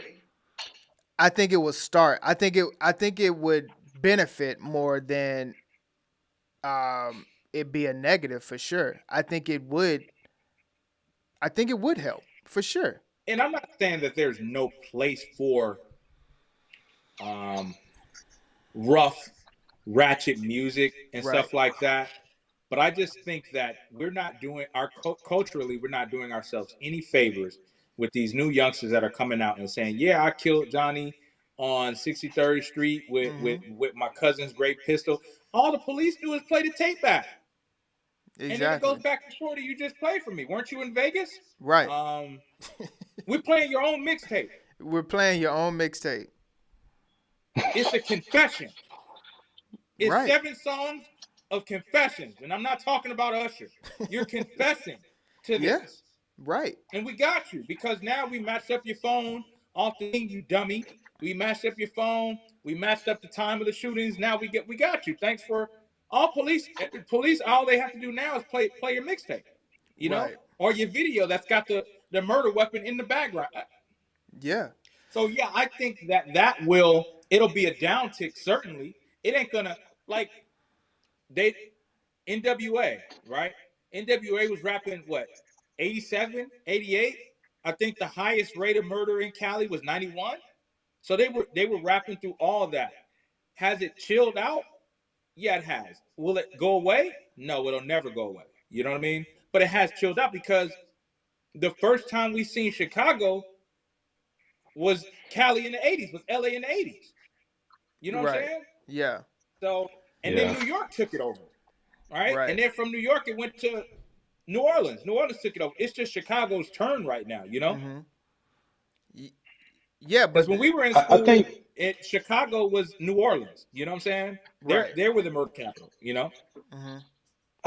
I think okay, so, I like, I had to take like a film class like earlier this year, right? Mm-hmm. And I really like, I recommended like gangster flicks like Casino and Godfather and stuff like that. I like Martin Scorsese and Robert De Niro and things like that. And one thing I notice about those films and that sort of media is that the violence amongst Italians or white folks, they don't contribute that to that type of, content. You know, so like I partially agree with y'all that hey, you know, violence in our media is bad, but I think that we also have to look at why does the narco economy in our community exist? Because a lot of that violence comes from that. You know, Yeah. like you have a lot of you were talking about Rob the gang wars in the 80s. The turf wars out here was started because dudes like Freeway Rick and all those. You ever seen like was that Narcos or whatever? It kind of like I did. glances over that I've stuff, seen but Narcos. yeah, Very good show. like those dudes were fighting. Those dudes were fighting over money. They were Yeah. fighting over territory for money. It wasn't just NWA. As much as I'm like I kind of like I say like. I agree, it's like a time and place, but it's like, yo, you remove that, we still have people that need to eat, And these boys right now, like everybody's fighting over fentanyl and stuff, fentanyl and boosting and all the other stuff, and it's like, hey man, like, hey, we tell Lil Durk to stop rapping, or damn, what's your boy down in Broward? Kodak. We tell him, yeah, we tell Kodak to go away. Then what happened? Like, you still got dudes using fentanyl or selling fentanyl. You still got people boosting. You still got people, robbing a Best Buy and stealing cars from gas stations. You know what I mean? I think duality is actually, we have to think about those things whenever we talk about, the violence, because the violence is just the end result, Right. And I'm not trying to make an excuse for youngsters, because like, hey man, I'm just like y'all, man. I'm creeping up on 40. I got a 21-year-old nephew, and I talk to him every day, and I worry about him, but I know he's a good kid. But I'm trying to like pick his brain about like what dudes his generation are going through and what they need, because I actually want to be at some point of value to them, and I don't think that like we talk about that enough, because our parents, our parents were our parents, but they weren't perfect. There's a lot of gaps in what they didn't do, and we recognize that, but we just got lucky because like, hey, our parents were like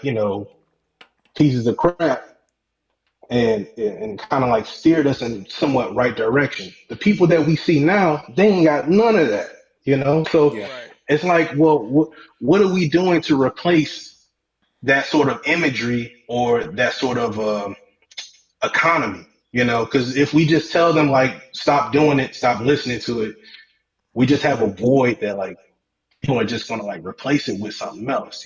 I'd rather for it to be people like me or y'all to replace it with something that's decent than folks out here in the world that's gonna give them like whatever. And I mean, it's just my view on this stuff. Yeah, and that's what I say. Like from the beginning, the question, like what do we do if if the music is gone? Is that going to benefit? And I would say it starts in the households. It starts right then, and it starts with the individual. Then what are you doing with your family? Like what are fathers doing? Like, are you teaching your kid values that he's gonna need as a man? Or are you just letting them freestyle it? And that's where you get the 19-year-olds that's doing 450 carjackings in a week. This boy putting up Barry Bonds numbers, man. God, Barry Bonds, yeah. For real. Misguided youth, man. Misguided youth. Misguided youth. It's very interesting, man. And I wish that there was a way that we could do, a study on it. But to Terry, to your point, I do agree. If okay, take the music out, that ain't gonna stop it. You know what I mean? Like I didn't think of it from that aspect. You know what I mean? Because I just thought about how it makes me feel, right? Because I've had to reset my day plenty of times. I done woke up on Tupacalypse Now. You know what I mean? And it adversely affects my mood, right? Like immediately, I'm like a different person. Boom, I've had to splash water on my face. Boom, throw on some Johnny Gill. You know what I mean? Because I'm not gonna let that detour my day. But I'm mature enough to know that. You know what I'm saying? And a lot of people aren't. And I say all the time, I've told you, Lenny, all the time, man, I don't even listen to rap no more. Well, that's not true. I mean, I still like to get on with Larry June. I still get on with Larry June. I still get on with Rick Ross. Like, that slick talking. Because Rick Ross, when I listen to him, Rick Ross makes me feel wealthy. You know what I'm saying? He makes me feel you want to rich. go get it. He makes me want to be better. You know what I'm saying? Like Larry June, they're not glorifying violence. You know what I'm saying? Like they're not, doing all this stuff. But Larry June talks about real estate and stuff like that. You know what I mean? Like, and Ross too. And I just think a lot of it has to do with the glorification of violence and drugs and violence. You know what I mean? Like, but yeah, I mean that's how I feel. And like I said, like we just glorify the bad things a part of the culture, and I think that when you look at other cultures, it's oh yeah, you have to be in Wall Street and get a good job and things like that. All we really know is who's going to the league, who's selling the most dope, and who's got the biggest rims, who's got the loudest speakers, who's getting the most girls. Like that's all who's got the baddest pit bulls. Yeah 13 of them. Yeah. Too soon. That was an unexpected callback, but that is the thing in the hood though. Like, whose dog is the absolute most ferocious? You know what I mean? Like, right. Yeah. Exactly. Like I just think that if we look at it from the standpoint of if we take care of our individual selves and work on each other and then work on the family, I think that's where we need to start. Forget like you're saying, like forget the music and forget all of that stuff.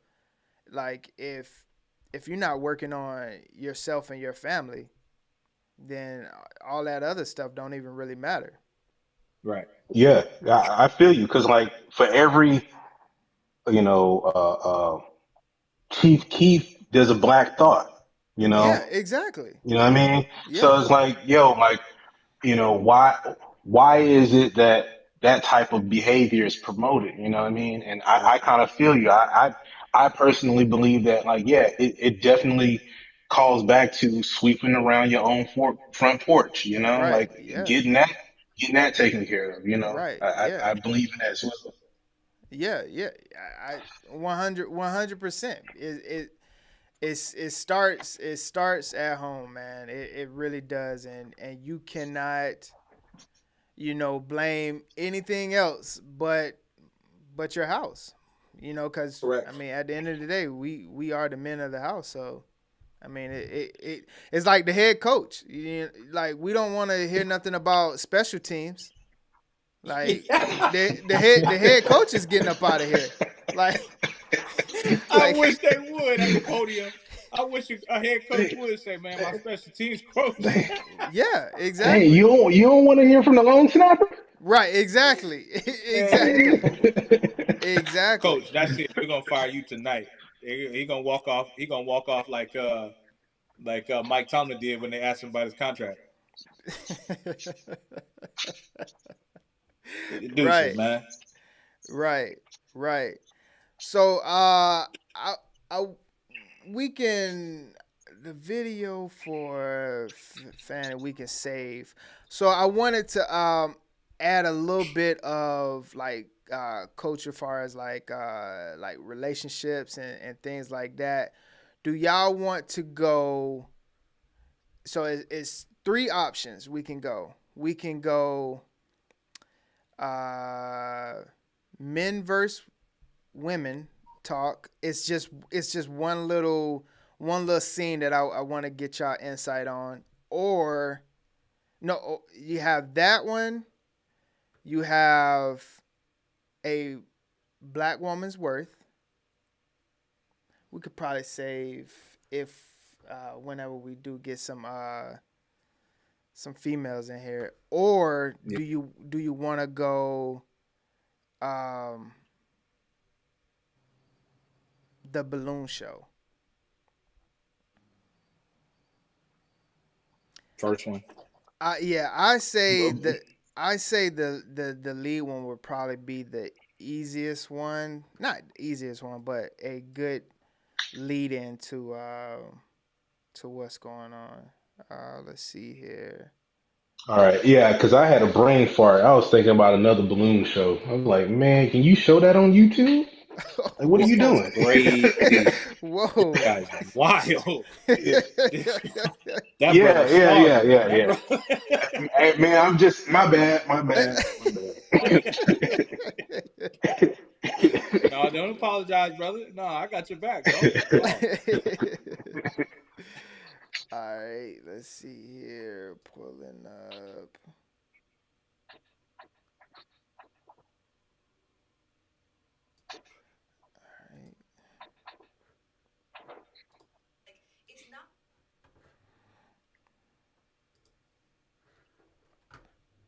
Being done really by choice. It's like it's survival skills. You know, a lot of men are like, today's woman doesn't know how to allow a man to lead. It's just like, we'll let you lead if we know and trust you know where you're going. Where are you leading us to? I said this the other day. Are you leading us off a cliff to hell?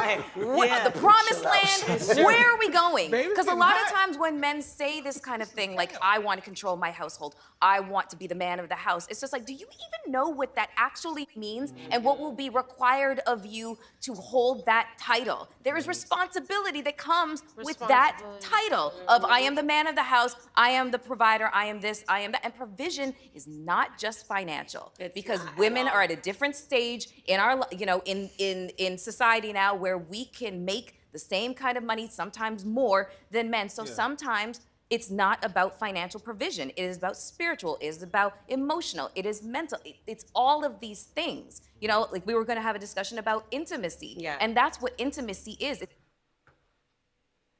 Yeah, so kind of just what she's talking about. What are your thoughts on? Because she's basically saying like, yeah, you can lead, but with a stipulations of she has to see your vision.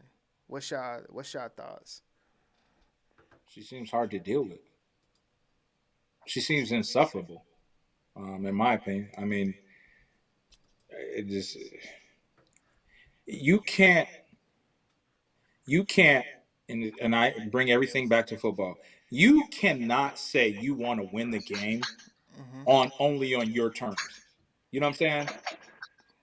We got to get there through every aspect, through special teams, through defense, through offensive line. The offensive lineman got to block. You got to hit the hole. Like, it can't just be on your terms. You know what I mean? And she wants things on her terms. Yes, I'm comfortable letting – it ain't going to be comfortable all the time.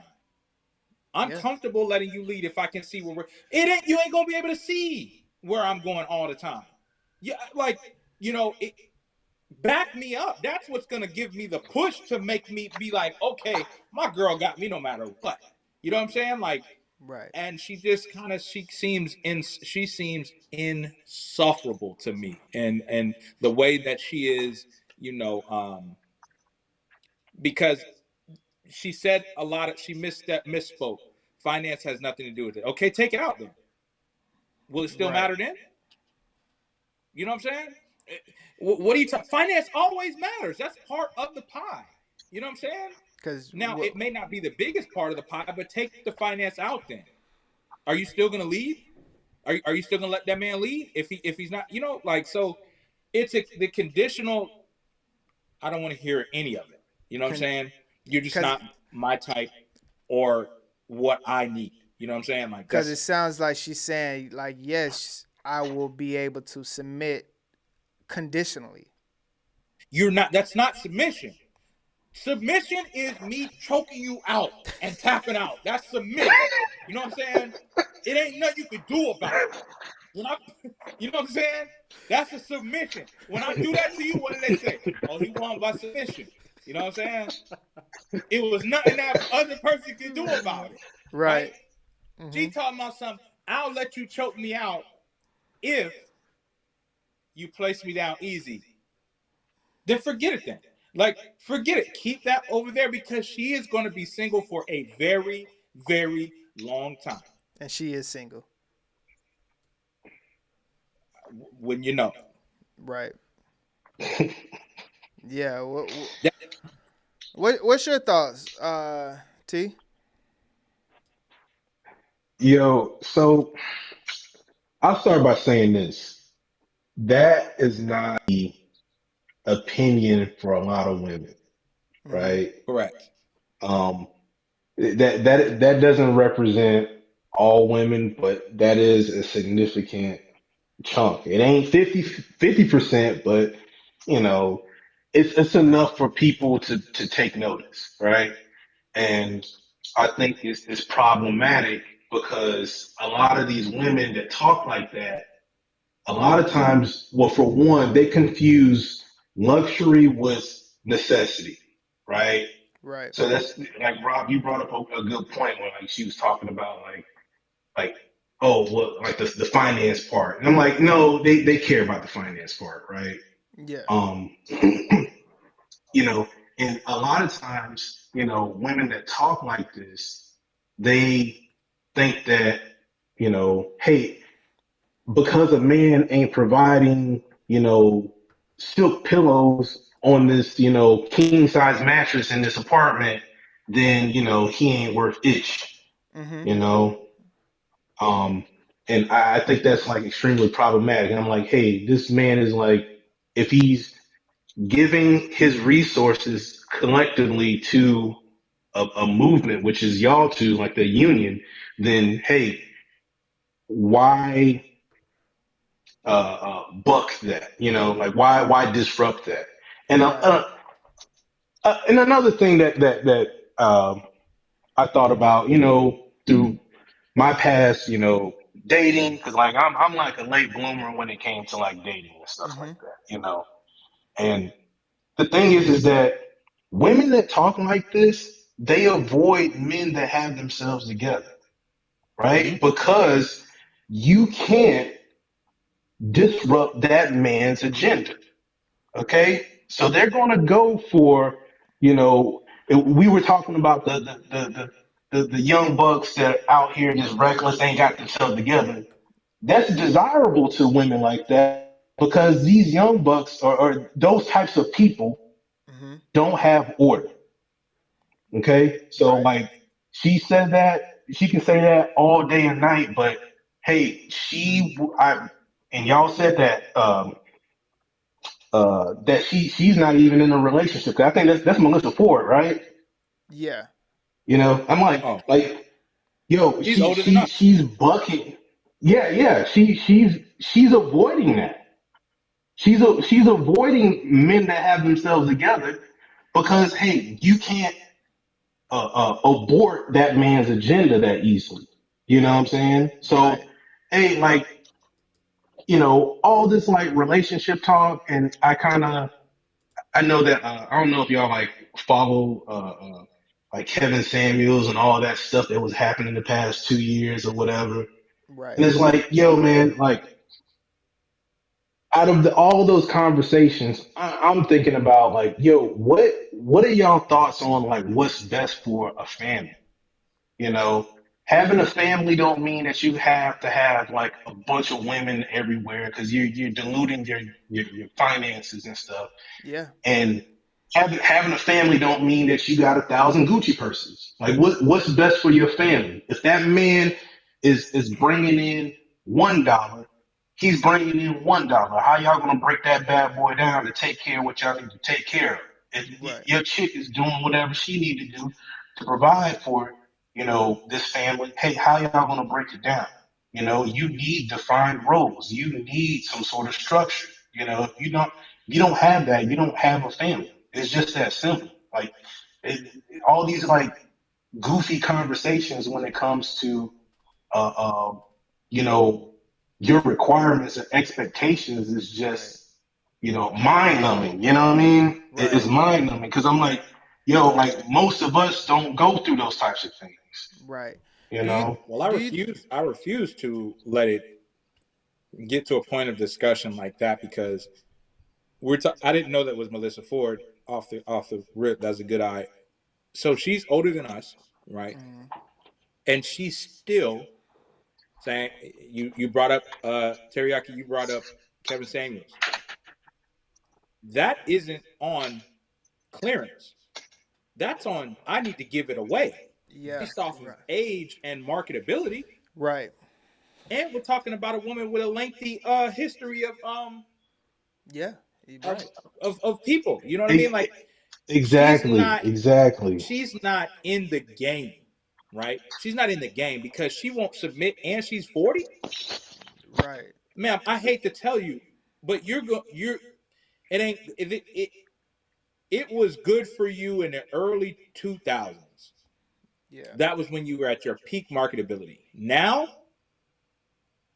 it's over for you. Yeah. It is literally the wrap up. Like, I don't understand how she can say that it is the men's fault when she had her pick. When Melissa Ford was Melissa Ford, yeah. Oh my God, bro! Come on, that woman was beautiful, bro. She still is beautiful. She's aged great. It's not her looks; it's her mentality that's holding her back because she's still 40. She's 40 and still bucking against the system. It's like you didn't get chose because of this. Because most guys are gonna do what they need to do to get what they need to get from you and be out. Right. I would take Melissa out, sure. You know what I'm saying? I will blow your bag on her, right? And then we do our thing, right? And then I'm out. You have no use for me going forward. You know what I mean? Right. Can you give me a child? No. Can you keep my house clean? I don't know. Will you listen? Doesn't seem like it. Right. And that's 2 out of 3. I'm out. Because that's mainly what a guy is looking for, man. Like we just want respect. And she's not even being, she can't respect a man unless he earns a certain amount. Because now she earns a certain amount, right? So she'll never be a wife. She brought that because up. she makes too much. Yeah. She makes too much to be a wife. Right? And she needs to see the vision. Like you got to have a vision board with her. So the vision needs to be visible at all times and everything like. But okay, I mean, there's no trust in the process with her. It's got to be that way. And what's going to happen is that it's not what's going to happen. We're the only ones. She's the only one that don't. It's already happened. She is going to be single for her life. Do you know what I'm saying? do y'all think that every woman, well, not every, but majority of the women that cross that, 35 plus, 40 plus age range, do you think that you know how they say, oh, he let a good one go? Do you ever think that's a real thing besides like a person being a female being married and getting divorced after 35 plus, but a single woman that reached 35 and over, do you think that it's a reason why she's single?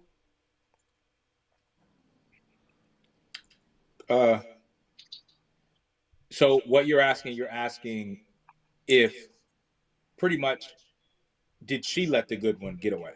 Yeah. Because basically what women like that try to say is, oh, I'm such a great catch. All these guys that I've ever dealt with in my 20s and my 30s, they let a good thing go. Is that ever really a thing? Do men let good things go? Yeah, it can happen. It can happen for sure, but men will admit when that happens. When you let that good thing go, you say, "Man, you know what? I really messed a good thing up, right?" And you know exactly where you went wrong, and that's the only reason why that'll bother you is because you messed it up, right? Now, going forward, you're like, "Okay, hopefully I learned from this encounter." Women, on the other hand, from my experience, and a majority, because when I talk about women and when I talk about men, I'm never talking about all. A majority of women, I have never, ever heard a woman say, "You know what? I messed up. Like, I could have did this better, and this was a good man. Like, I messed that up." So that's something I've yet to hear, and in my life. You know what I mean? But I do think that it happens. You know what I'm saying? She can't say she's the catch and at 40 she's single. Right. You know what I mean? Because you wrong had there. there has to be something wrong with you. You know what I mean? Like, and the glaring thing that is wrong with you is that you will not listen. Like, you don't like to listen, and that's fine. Right. Because you don't affect me. You not listening don't affect me. Because most guys that are like at I don't need to hear this. I don't need to. Why am I going back and forth with this lady? I'm not considering her for anything other than sex. Like, you know what I mean? Yeah. And that's all that's gonna be. That's where it begins and that's where it ends. You know what I mean? Yeah. Great young lady. We can go out. We can have fun together. But you can't. What am I gonna do with you? You know, you don't listen. Right. You know what I'm saying? Yeah. In a situation of danger, I heard a comedian say this. I forget what comedian it is. He said, "My girl don't listen at all."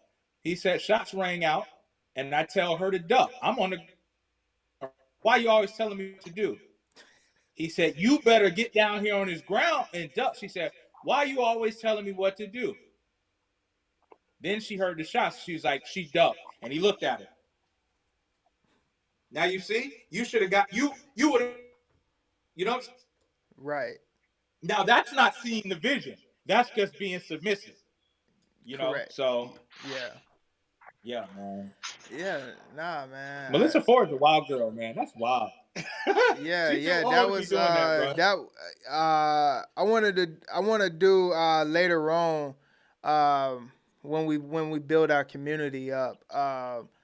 I wanted to break down this other video that they had. It was some really good topics that I want to hear from the women for sure on their thought process.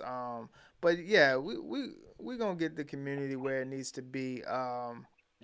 But yeah, T, you got any words on that? Yeah, man. To think that a man is going to spin the block on a woman past 35 and she's requiring, provisions devoid of leadership, I think is ridiculous, It's ridiculous. Right. She telling you she ain't gonna listen.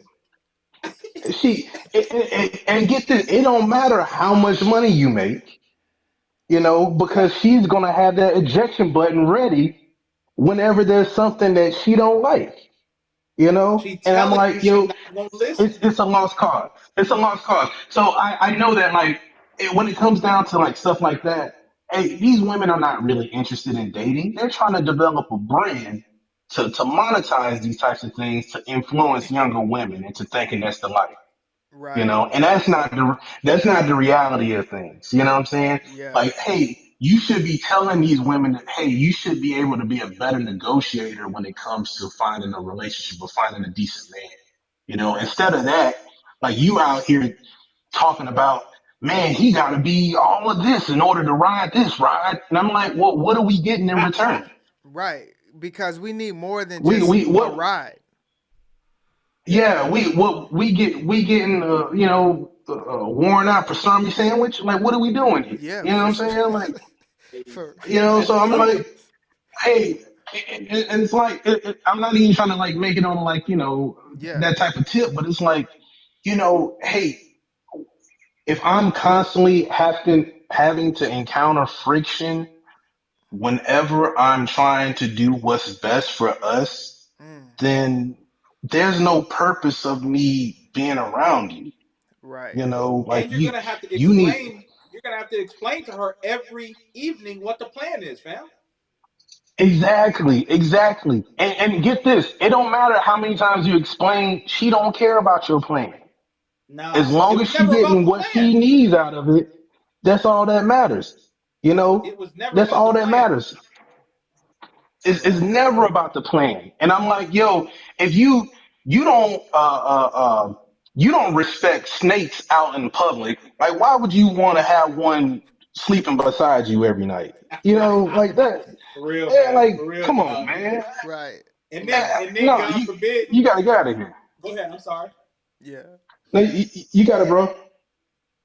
Oh no, I was saying, God forbid you enter into a union with this woman, and now she's entitled to half of your earnings, right? That your half of your earnings that weren't important just a few minutes ago.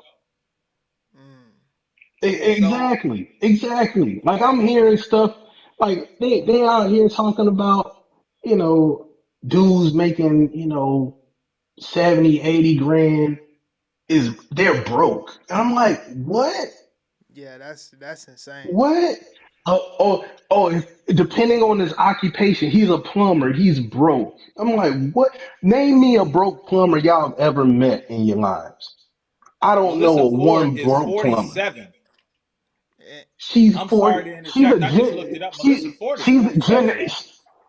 she's a Gen Xer out here talking like she's 23 years old. Like, come on, pack it up. But that's what's so wild for all these young women out here, that the aunties like that are teaching women. They're literally leading them down a dangerous path. Yeah, you're leading them to be a catwoman. You know, Exactly. Yeah, that's what you're doing. Right, because she's got a net worth of $2 million. Wow. Okay. So you can never unless you have a net worth of 10, she won't listen to you. Right. So my 80K that I'm bringing to the table as a plumber, right? She looking at me like, "What's up with you, dude?" Yeah. Right. That's crazy. I didn't know she was 50.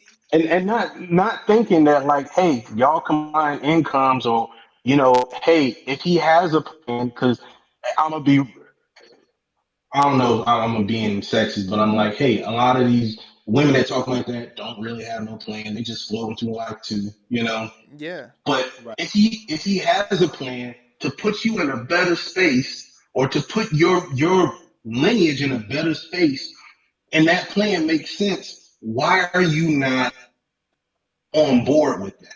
Why do you think that that's a bad idea? And it comes down to like, Be an investor. They don't really they don't really respect men that have themselves together. They don't respect that. Yeah. Man could be an investor and ask Melissa for that $2 million, right?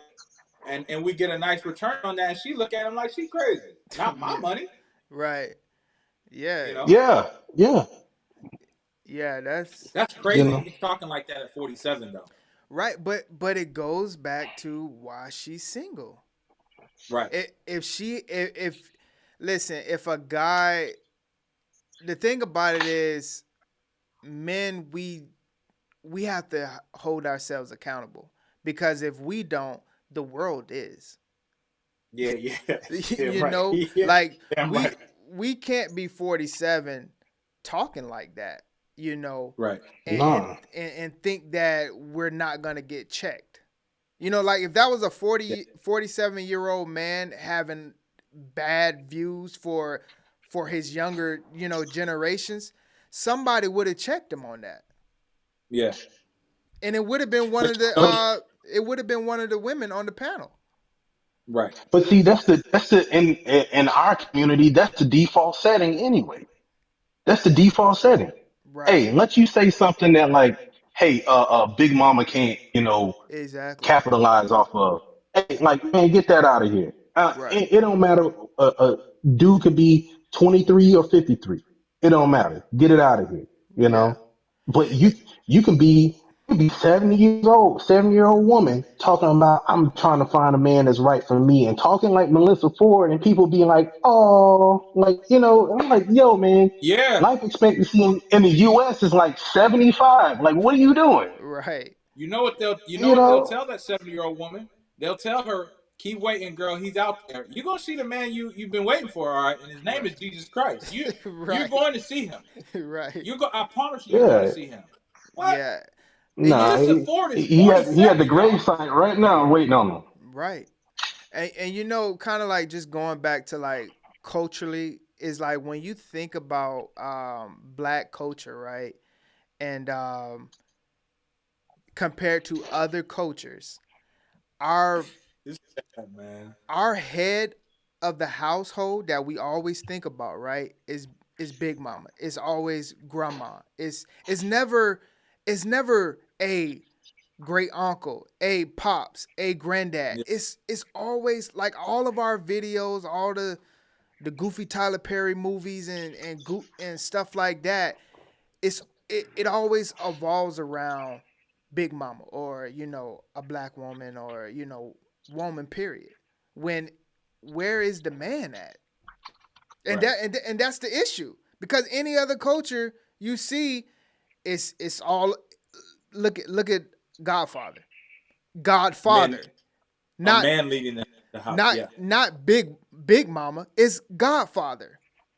And that's the issue right there. Right. I agree. I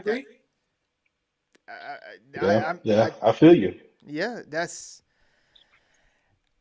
yeah.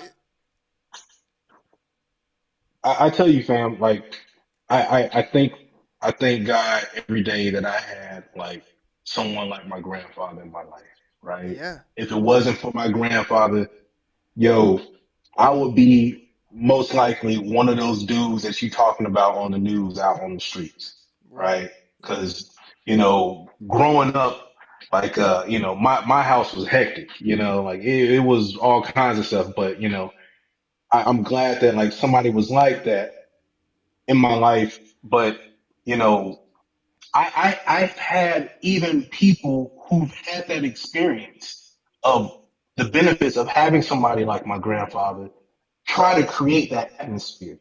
Yeah. You know, you know, I had to shut that down because I'm like, hey, if it wasn't for somebody like him, our family would just be, everywhere. It would be so disorganized. Right. Because like my grandmother, I love my grandmother, but my grandmother wasn't on that. My grandmother. I keep thinking about the story that my granddad told me. He was like, man, I was trying to, I was thinking about starting my business, and your grandma kept telling me no, no, no, but 30 years later, this business is taking care of her kidney replacement. You know what I'm saying? If it wasn't for me stepping up and being that dude, man, your grandma would have been dead back in 1993. And that is the type of men that we need. But see, those types of men are not respected or not glorified because it's not, it's not flashy or not it's Big not. Mama. Yeah. It's not, I guess there's no threat of violence. You don't feel It's a not rush, rapped about. and I'm like, yo, man, Melissa Ford or women that think like that, like it's problematic because again, they keep teaching younger women that like, hey, you don't have to respect men like that, and that's false. It's false. Right. It's false, dog. I Straight up. That's a crazy way. That's a crazy spin you put on it, bro. But it is. You're dead right. You don't have to respect men. Like what she's saying. I don't have to submit unless I know. Well, what is it that you need to know? I need to know the plan. And see, the wild thing about it is, how do we ever know that a plan is gonna work? We never know that. Right. Because just like Desi Banks on Shannon Sharp the other day, he said that his girlfriend basically left him because she couldn't see the plan. She was just like, hey, this comedy stuff, like, you need to get some faster money. And he was saying that she basically put him out at like 1 o'clock in the morning. He was crying he was crying and everything like that because just like Melissa just told younger girls, hey, if you don't see the vision, chuck the deuces, basically. She will never find another Desi, but Desi will find someone better than her. Yeah. And she will look back and say, I messed up a good thing and messed up a good man. But she will never admit that. Someone will put a mic in front of her mouth and she'll do a podcast and she'll tell us why men are the problem, right? Yeah. Didn't you used to date Desi Banks? Yeah, but when I dated him, he wasn't. Right, he was just broke, and he was just like any great man that's building something had to build it from nothing. So of course, Desi's and it takes a long time. Like people don't understand that, man. I'm like, yo, do people understand that? Like, for men, they're like, yo, you don't hit your financial peak, quote unquote, until like you're in your 40s or 50s, dude. Correct. Like, come on, man. Like, what are we talking about? Hey, you got a solid dude that has character, that's working on something. Like, yo, what's stopping you from working with that dude? Yeah. Right. But they don't. They want instant gratification. They want that trip to Dubai or just like goofy stuff. You know what I mean? I'm like, yo, man, it's a waste of time. Right now, in her prime, she'll be able to get that trip to Dubai because that's what she's after. I think Desi got kicked out 2018, right? And then and then Desi broke out in 2020. You know what I'm saying? Whereas most comedians did. I think it was Desi that broke through and Drewski that broke through. Right. Yeah, that was the COVID time. Everybody was home and needed something to, do. So everybody was on their phone and stuff like that. Right. But I want to say with that type of advice, a lot of women are going to miss out on their opportunity to help a man get to, where he's gonna get to. Because believe it or not, that I don't think women understand this, is if the guy has the vision and the work ethic to get there, he's gonna get there. Oh yeah. All he needs you to do is when he come home, hey baby, I need my feet rubbed. Hey, you got my plate? That's all we really asking. Just don't be a damn leech. How about that? Yeah. You know what I'm saying? Like, hey, I shouldn't have to come home and like, okay, I ain't got to worry about, maybe she didn't cook me anything. All right, that's fine. But I got to like accommodate your needs when I come home too. And like, you have all these compounding things. You know what I'm saying? Like people don't talk about enough that like a lot of these women lack skills to begin with to actually maintain a relationship. They always have they always start with these lists of demands. Right. Like, how about you start with what this man is gonna get for being with you? How about that? Yeah, start with that. A lot of times the requirements are there, but not understanding exactly what it takes to be a wife. Everyone says like, yeah, this is what I need in my husband, my man, but are you ready for a man that is going out there working 15, 18-hour, days, getting to his dream in order to, get the family where it needs to? Or are you going to nag this guy for working 18 hours, on his dream? Are you going to nag him for, oh, baby, I appreciate, I'm coming home at, midnight.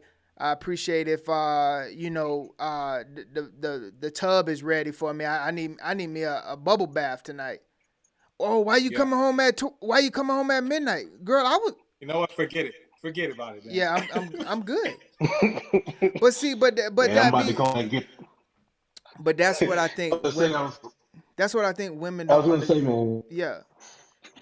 My bad. My bad. Yeah, that's what I think. What a lot of people and a lot of women don't understand that, because everybody say like, yeah, you got to be making six figures and 250,000 and these absurdly numbers that don't understand that in order to get that, you think that I'm on the couch all day?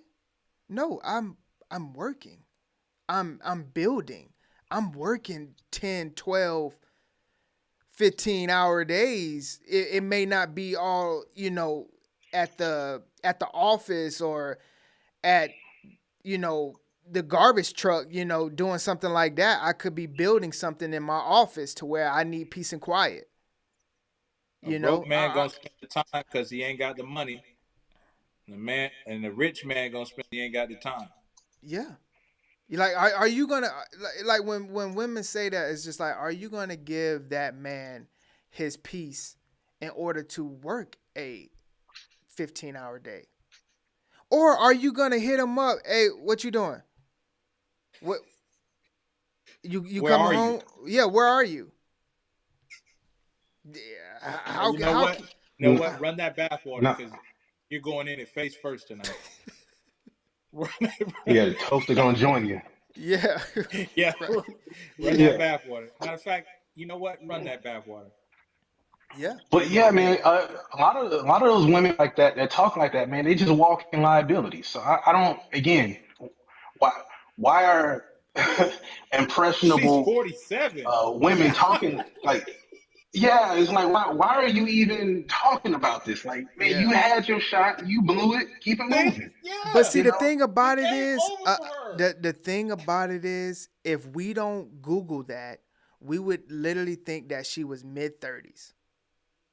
Yeah, I thought she was 40 at best. But the average person see her because she looks good, done up, TV, makeup, all of that stuff. When you see these type of people, you're thinking like, okay, yeah, mid-30s, maybe pushing 40. So like, yeah, we're gonna listen, but not understanding that this lady is 50 years old.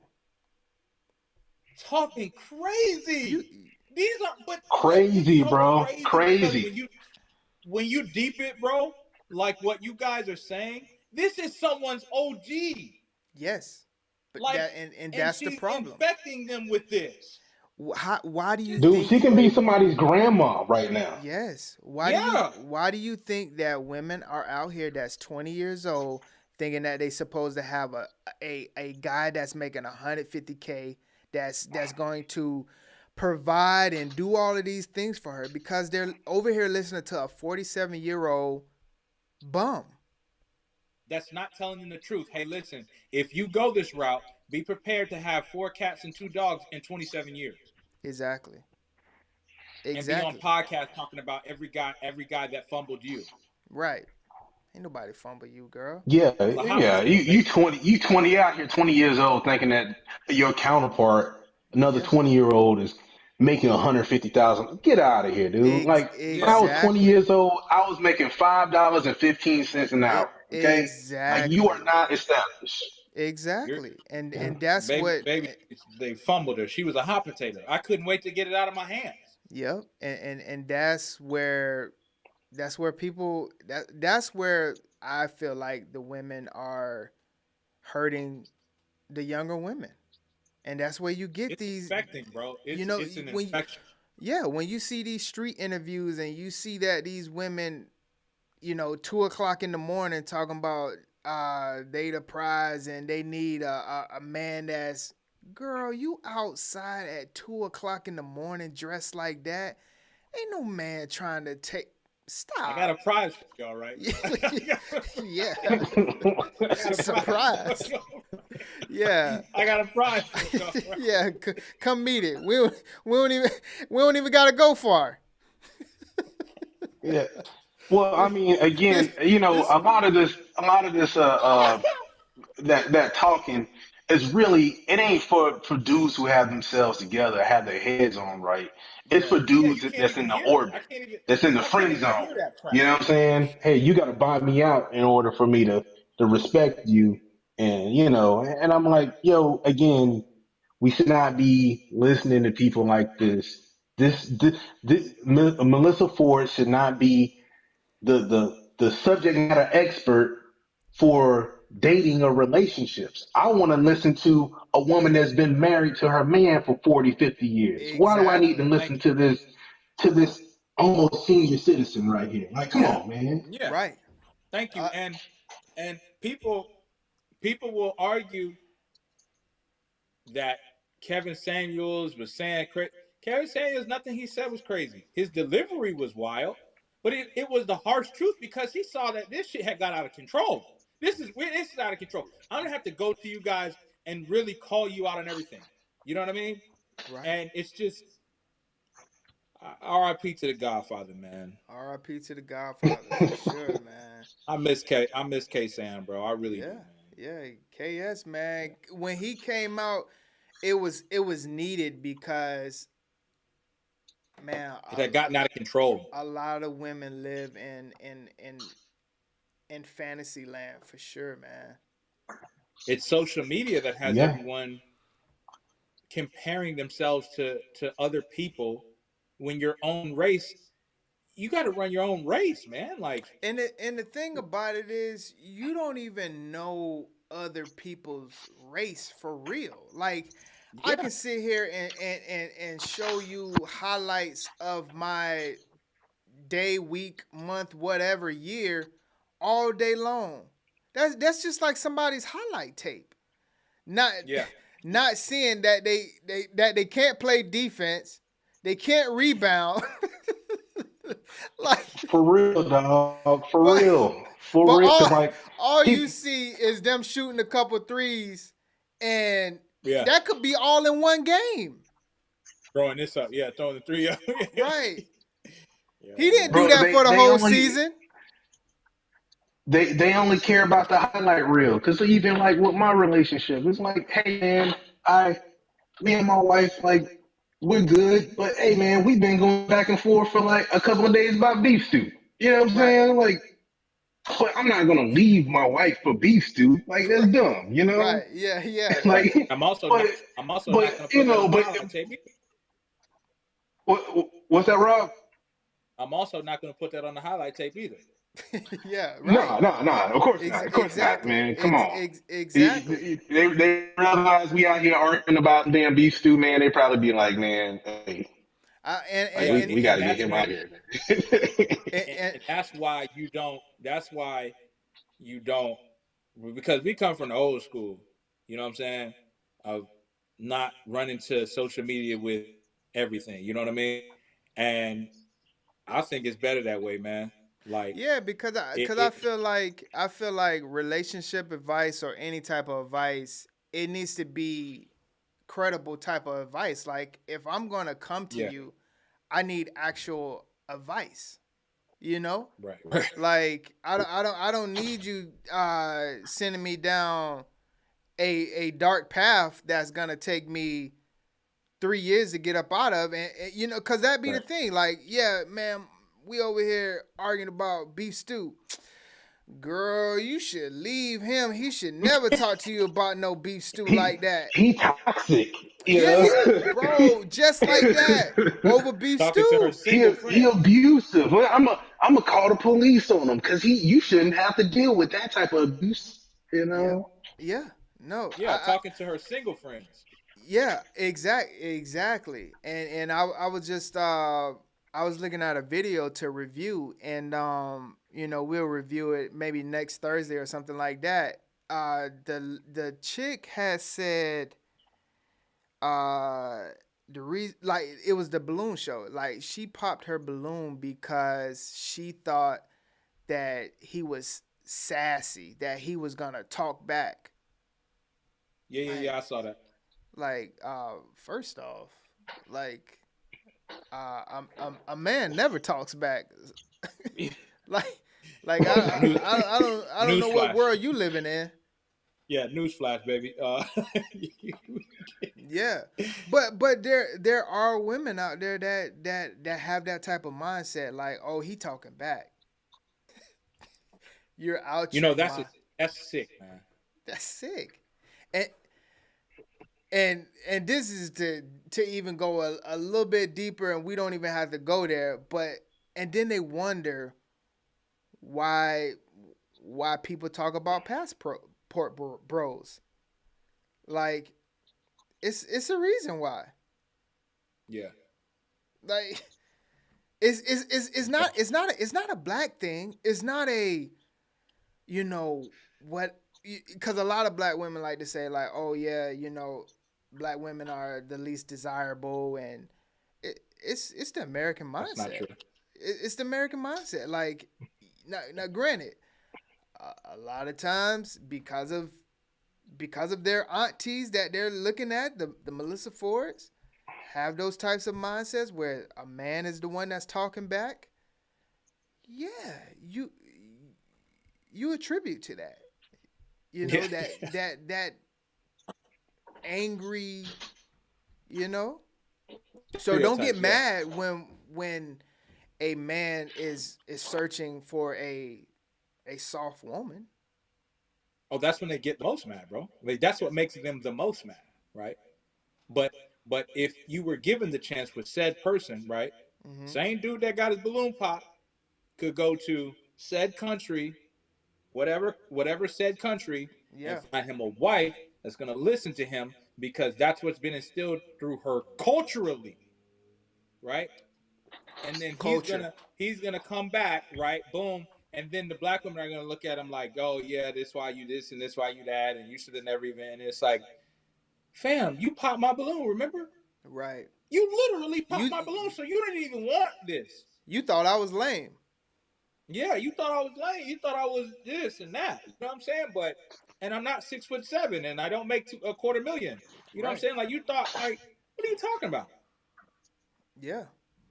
Yeah, no. I don't even tell women I'm 6 foot, bro. And I am 6 foot. I have to tell them I'm 5'10", because I'd rather them be pleasantly surprised. You know what I'm saying? Like, right. Because if I say 6 foot, they're gonna be like, no, you're lying. Who's 6 foot? Right? Exactly. You know? So I'd say 5'10", and just let them be pleasantly surprised. And it's like, oh shoot, man, maybe I'm growing, I guess. Yeah. I can't, man. Yeah. But I'm gonna get out of here, man. Yeah, man. I appreciate it. I'm gonna end it on my word and then my outro, and then end this one. But I appreciate the convo, my brothers. Y'all definitely made this one a good one. For sure, man. Same time. We doing Sunday, right?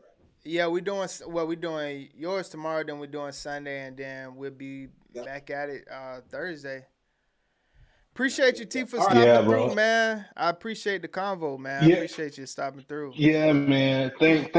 I got a serious lag on my end, so I apologize for jumping in, but hey, man, I really do appreciate the convo. Definitely thought provoking, man. I appreciate listening to y'all viewpoints and stuff. For sure, bro. I appreciate Glad you're here, man. I appreciate it. Yeah, let me end it right here. All right, so today's word is out of Proverbs 11. I'm gonna go verse 18. It says, "A wicked person earns a deceptive wages, but the one who sows righteousness reaps a sure reward." And I look at this as, a lot of times, especially like with this podcast, I was thinking about, man, like, how should I, go about doing this? And if I operate how I know I need to, and one, how I want to, but also need to, far as, being of the Lord, and putting my faith out there, and understanding that I'm nowhere near a finished product, anything in those types of realms, I felt like, I could slow my growth. I can slow, getting more, followers or anything like that. And, I was just having a conversation with God about it.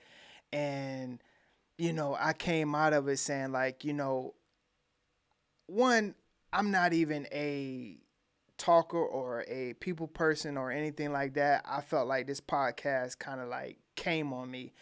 And he was basically saying, like, you know, your tribe, your community is going to come, and yeah, it may not be on a level of a person that's, you know, talking wild and doing obnoxious things. It's just you have to look at what you have and let that grow from what it is. And I took that to heart and understood that, like, yeah, this is the path of the podcast.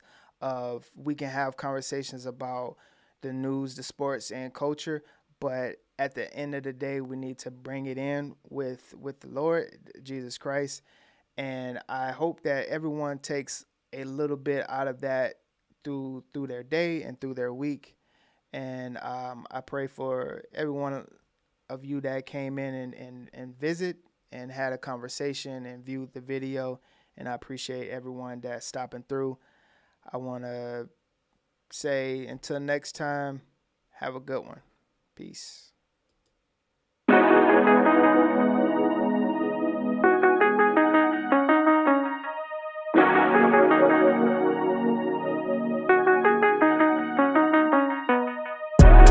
No pressure.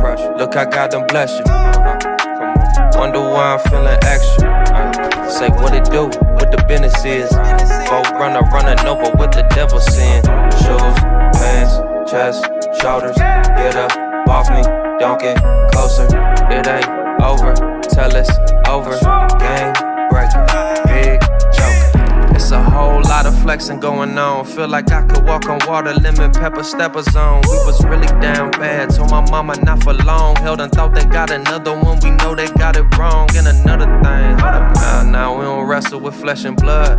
I was out here wildin', ain't the same way that I was. Tapping when I pray, I'm tapping like I know the blood. Back up with the hate, respectfully, it's all in love. Hairline check, fade check. The only chains ain't broken is the ones that's on my neck. The coldest with some boldness got me flowing with the vets. It's all there, ain't no need to second guess. Yes. No pressure. Look, I got them bless you. Come on. Wonder why I'm feeling extra. Say what it do, what the business is. Folk running over what the devil sin. Shoes, pants, chest, shoulders. Get up off me, don't get closer. It ain't over till it's over. Game breaker, big joker. Jesus like don't trip, finna make the boat tip. Set the tone with that ice cold, but I won't slip. In my bag like road trip. Switch stands, do my dance, dog, he really don't miss. I don't need a crystal less it's hot sauce, brother. And I ain't gotta sell my soul just to pop off, brother. Ain't no demon time when you anointed. I keep it regal like movies and hop out like I'm getting dropped off, brother. Car smelling brand new. And we don't rock with the flakes, call me shampoo. We just tryna spread that light, bring them lamps through. Just got me thinking that it's nothing that I can't do. Feeling like the champ too. We just out here praising God, looking fly, you know, regular day. No pressure. Look, I got them bless you. Come on. Wonder why I'm feeling extra.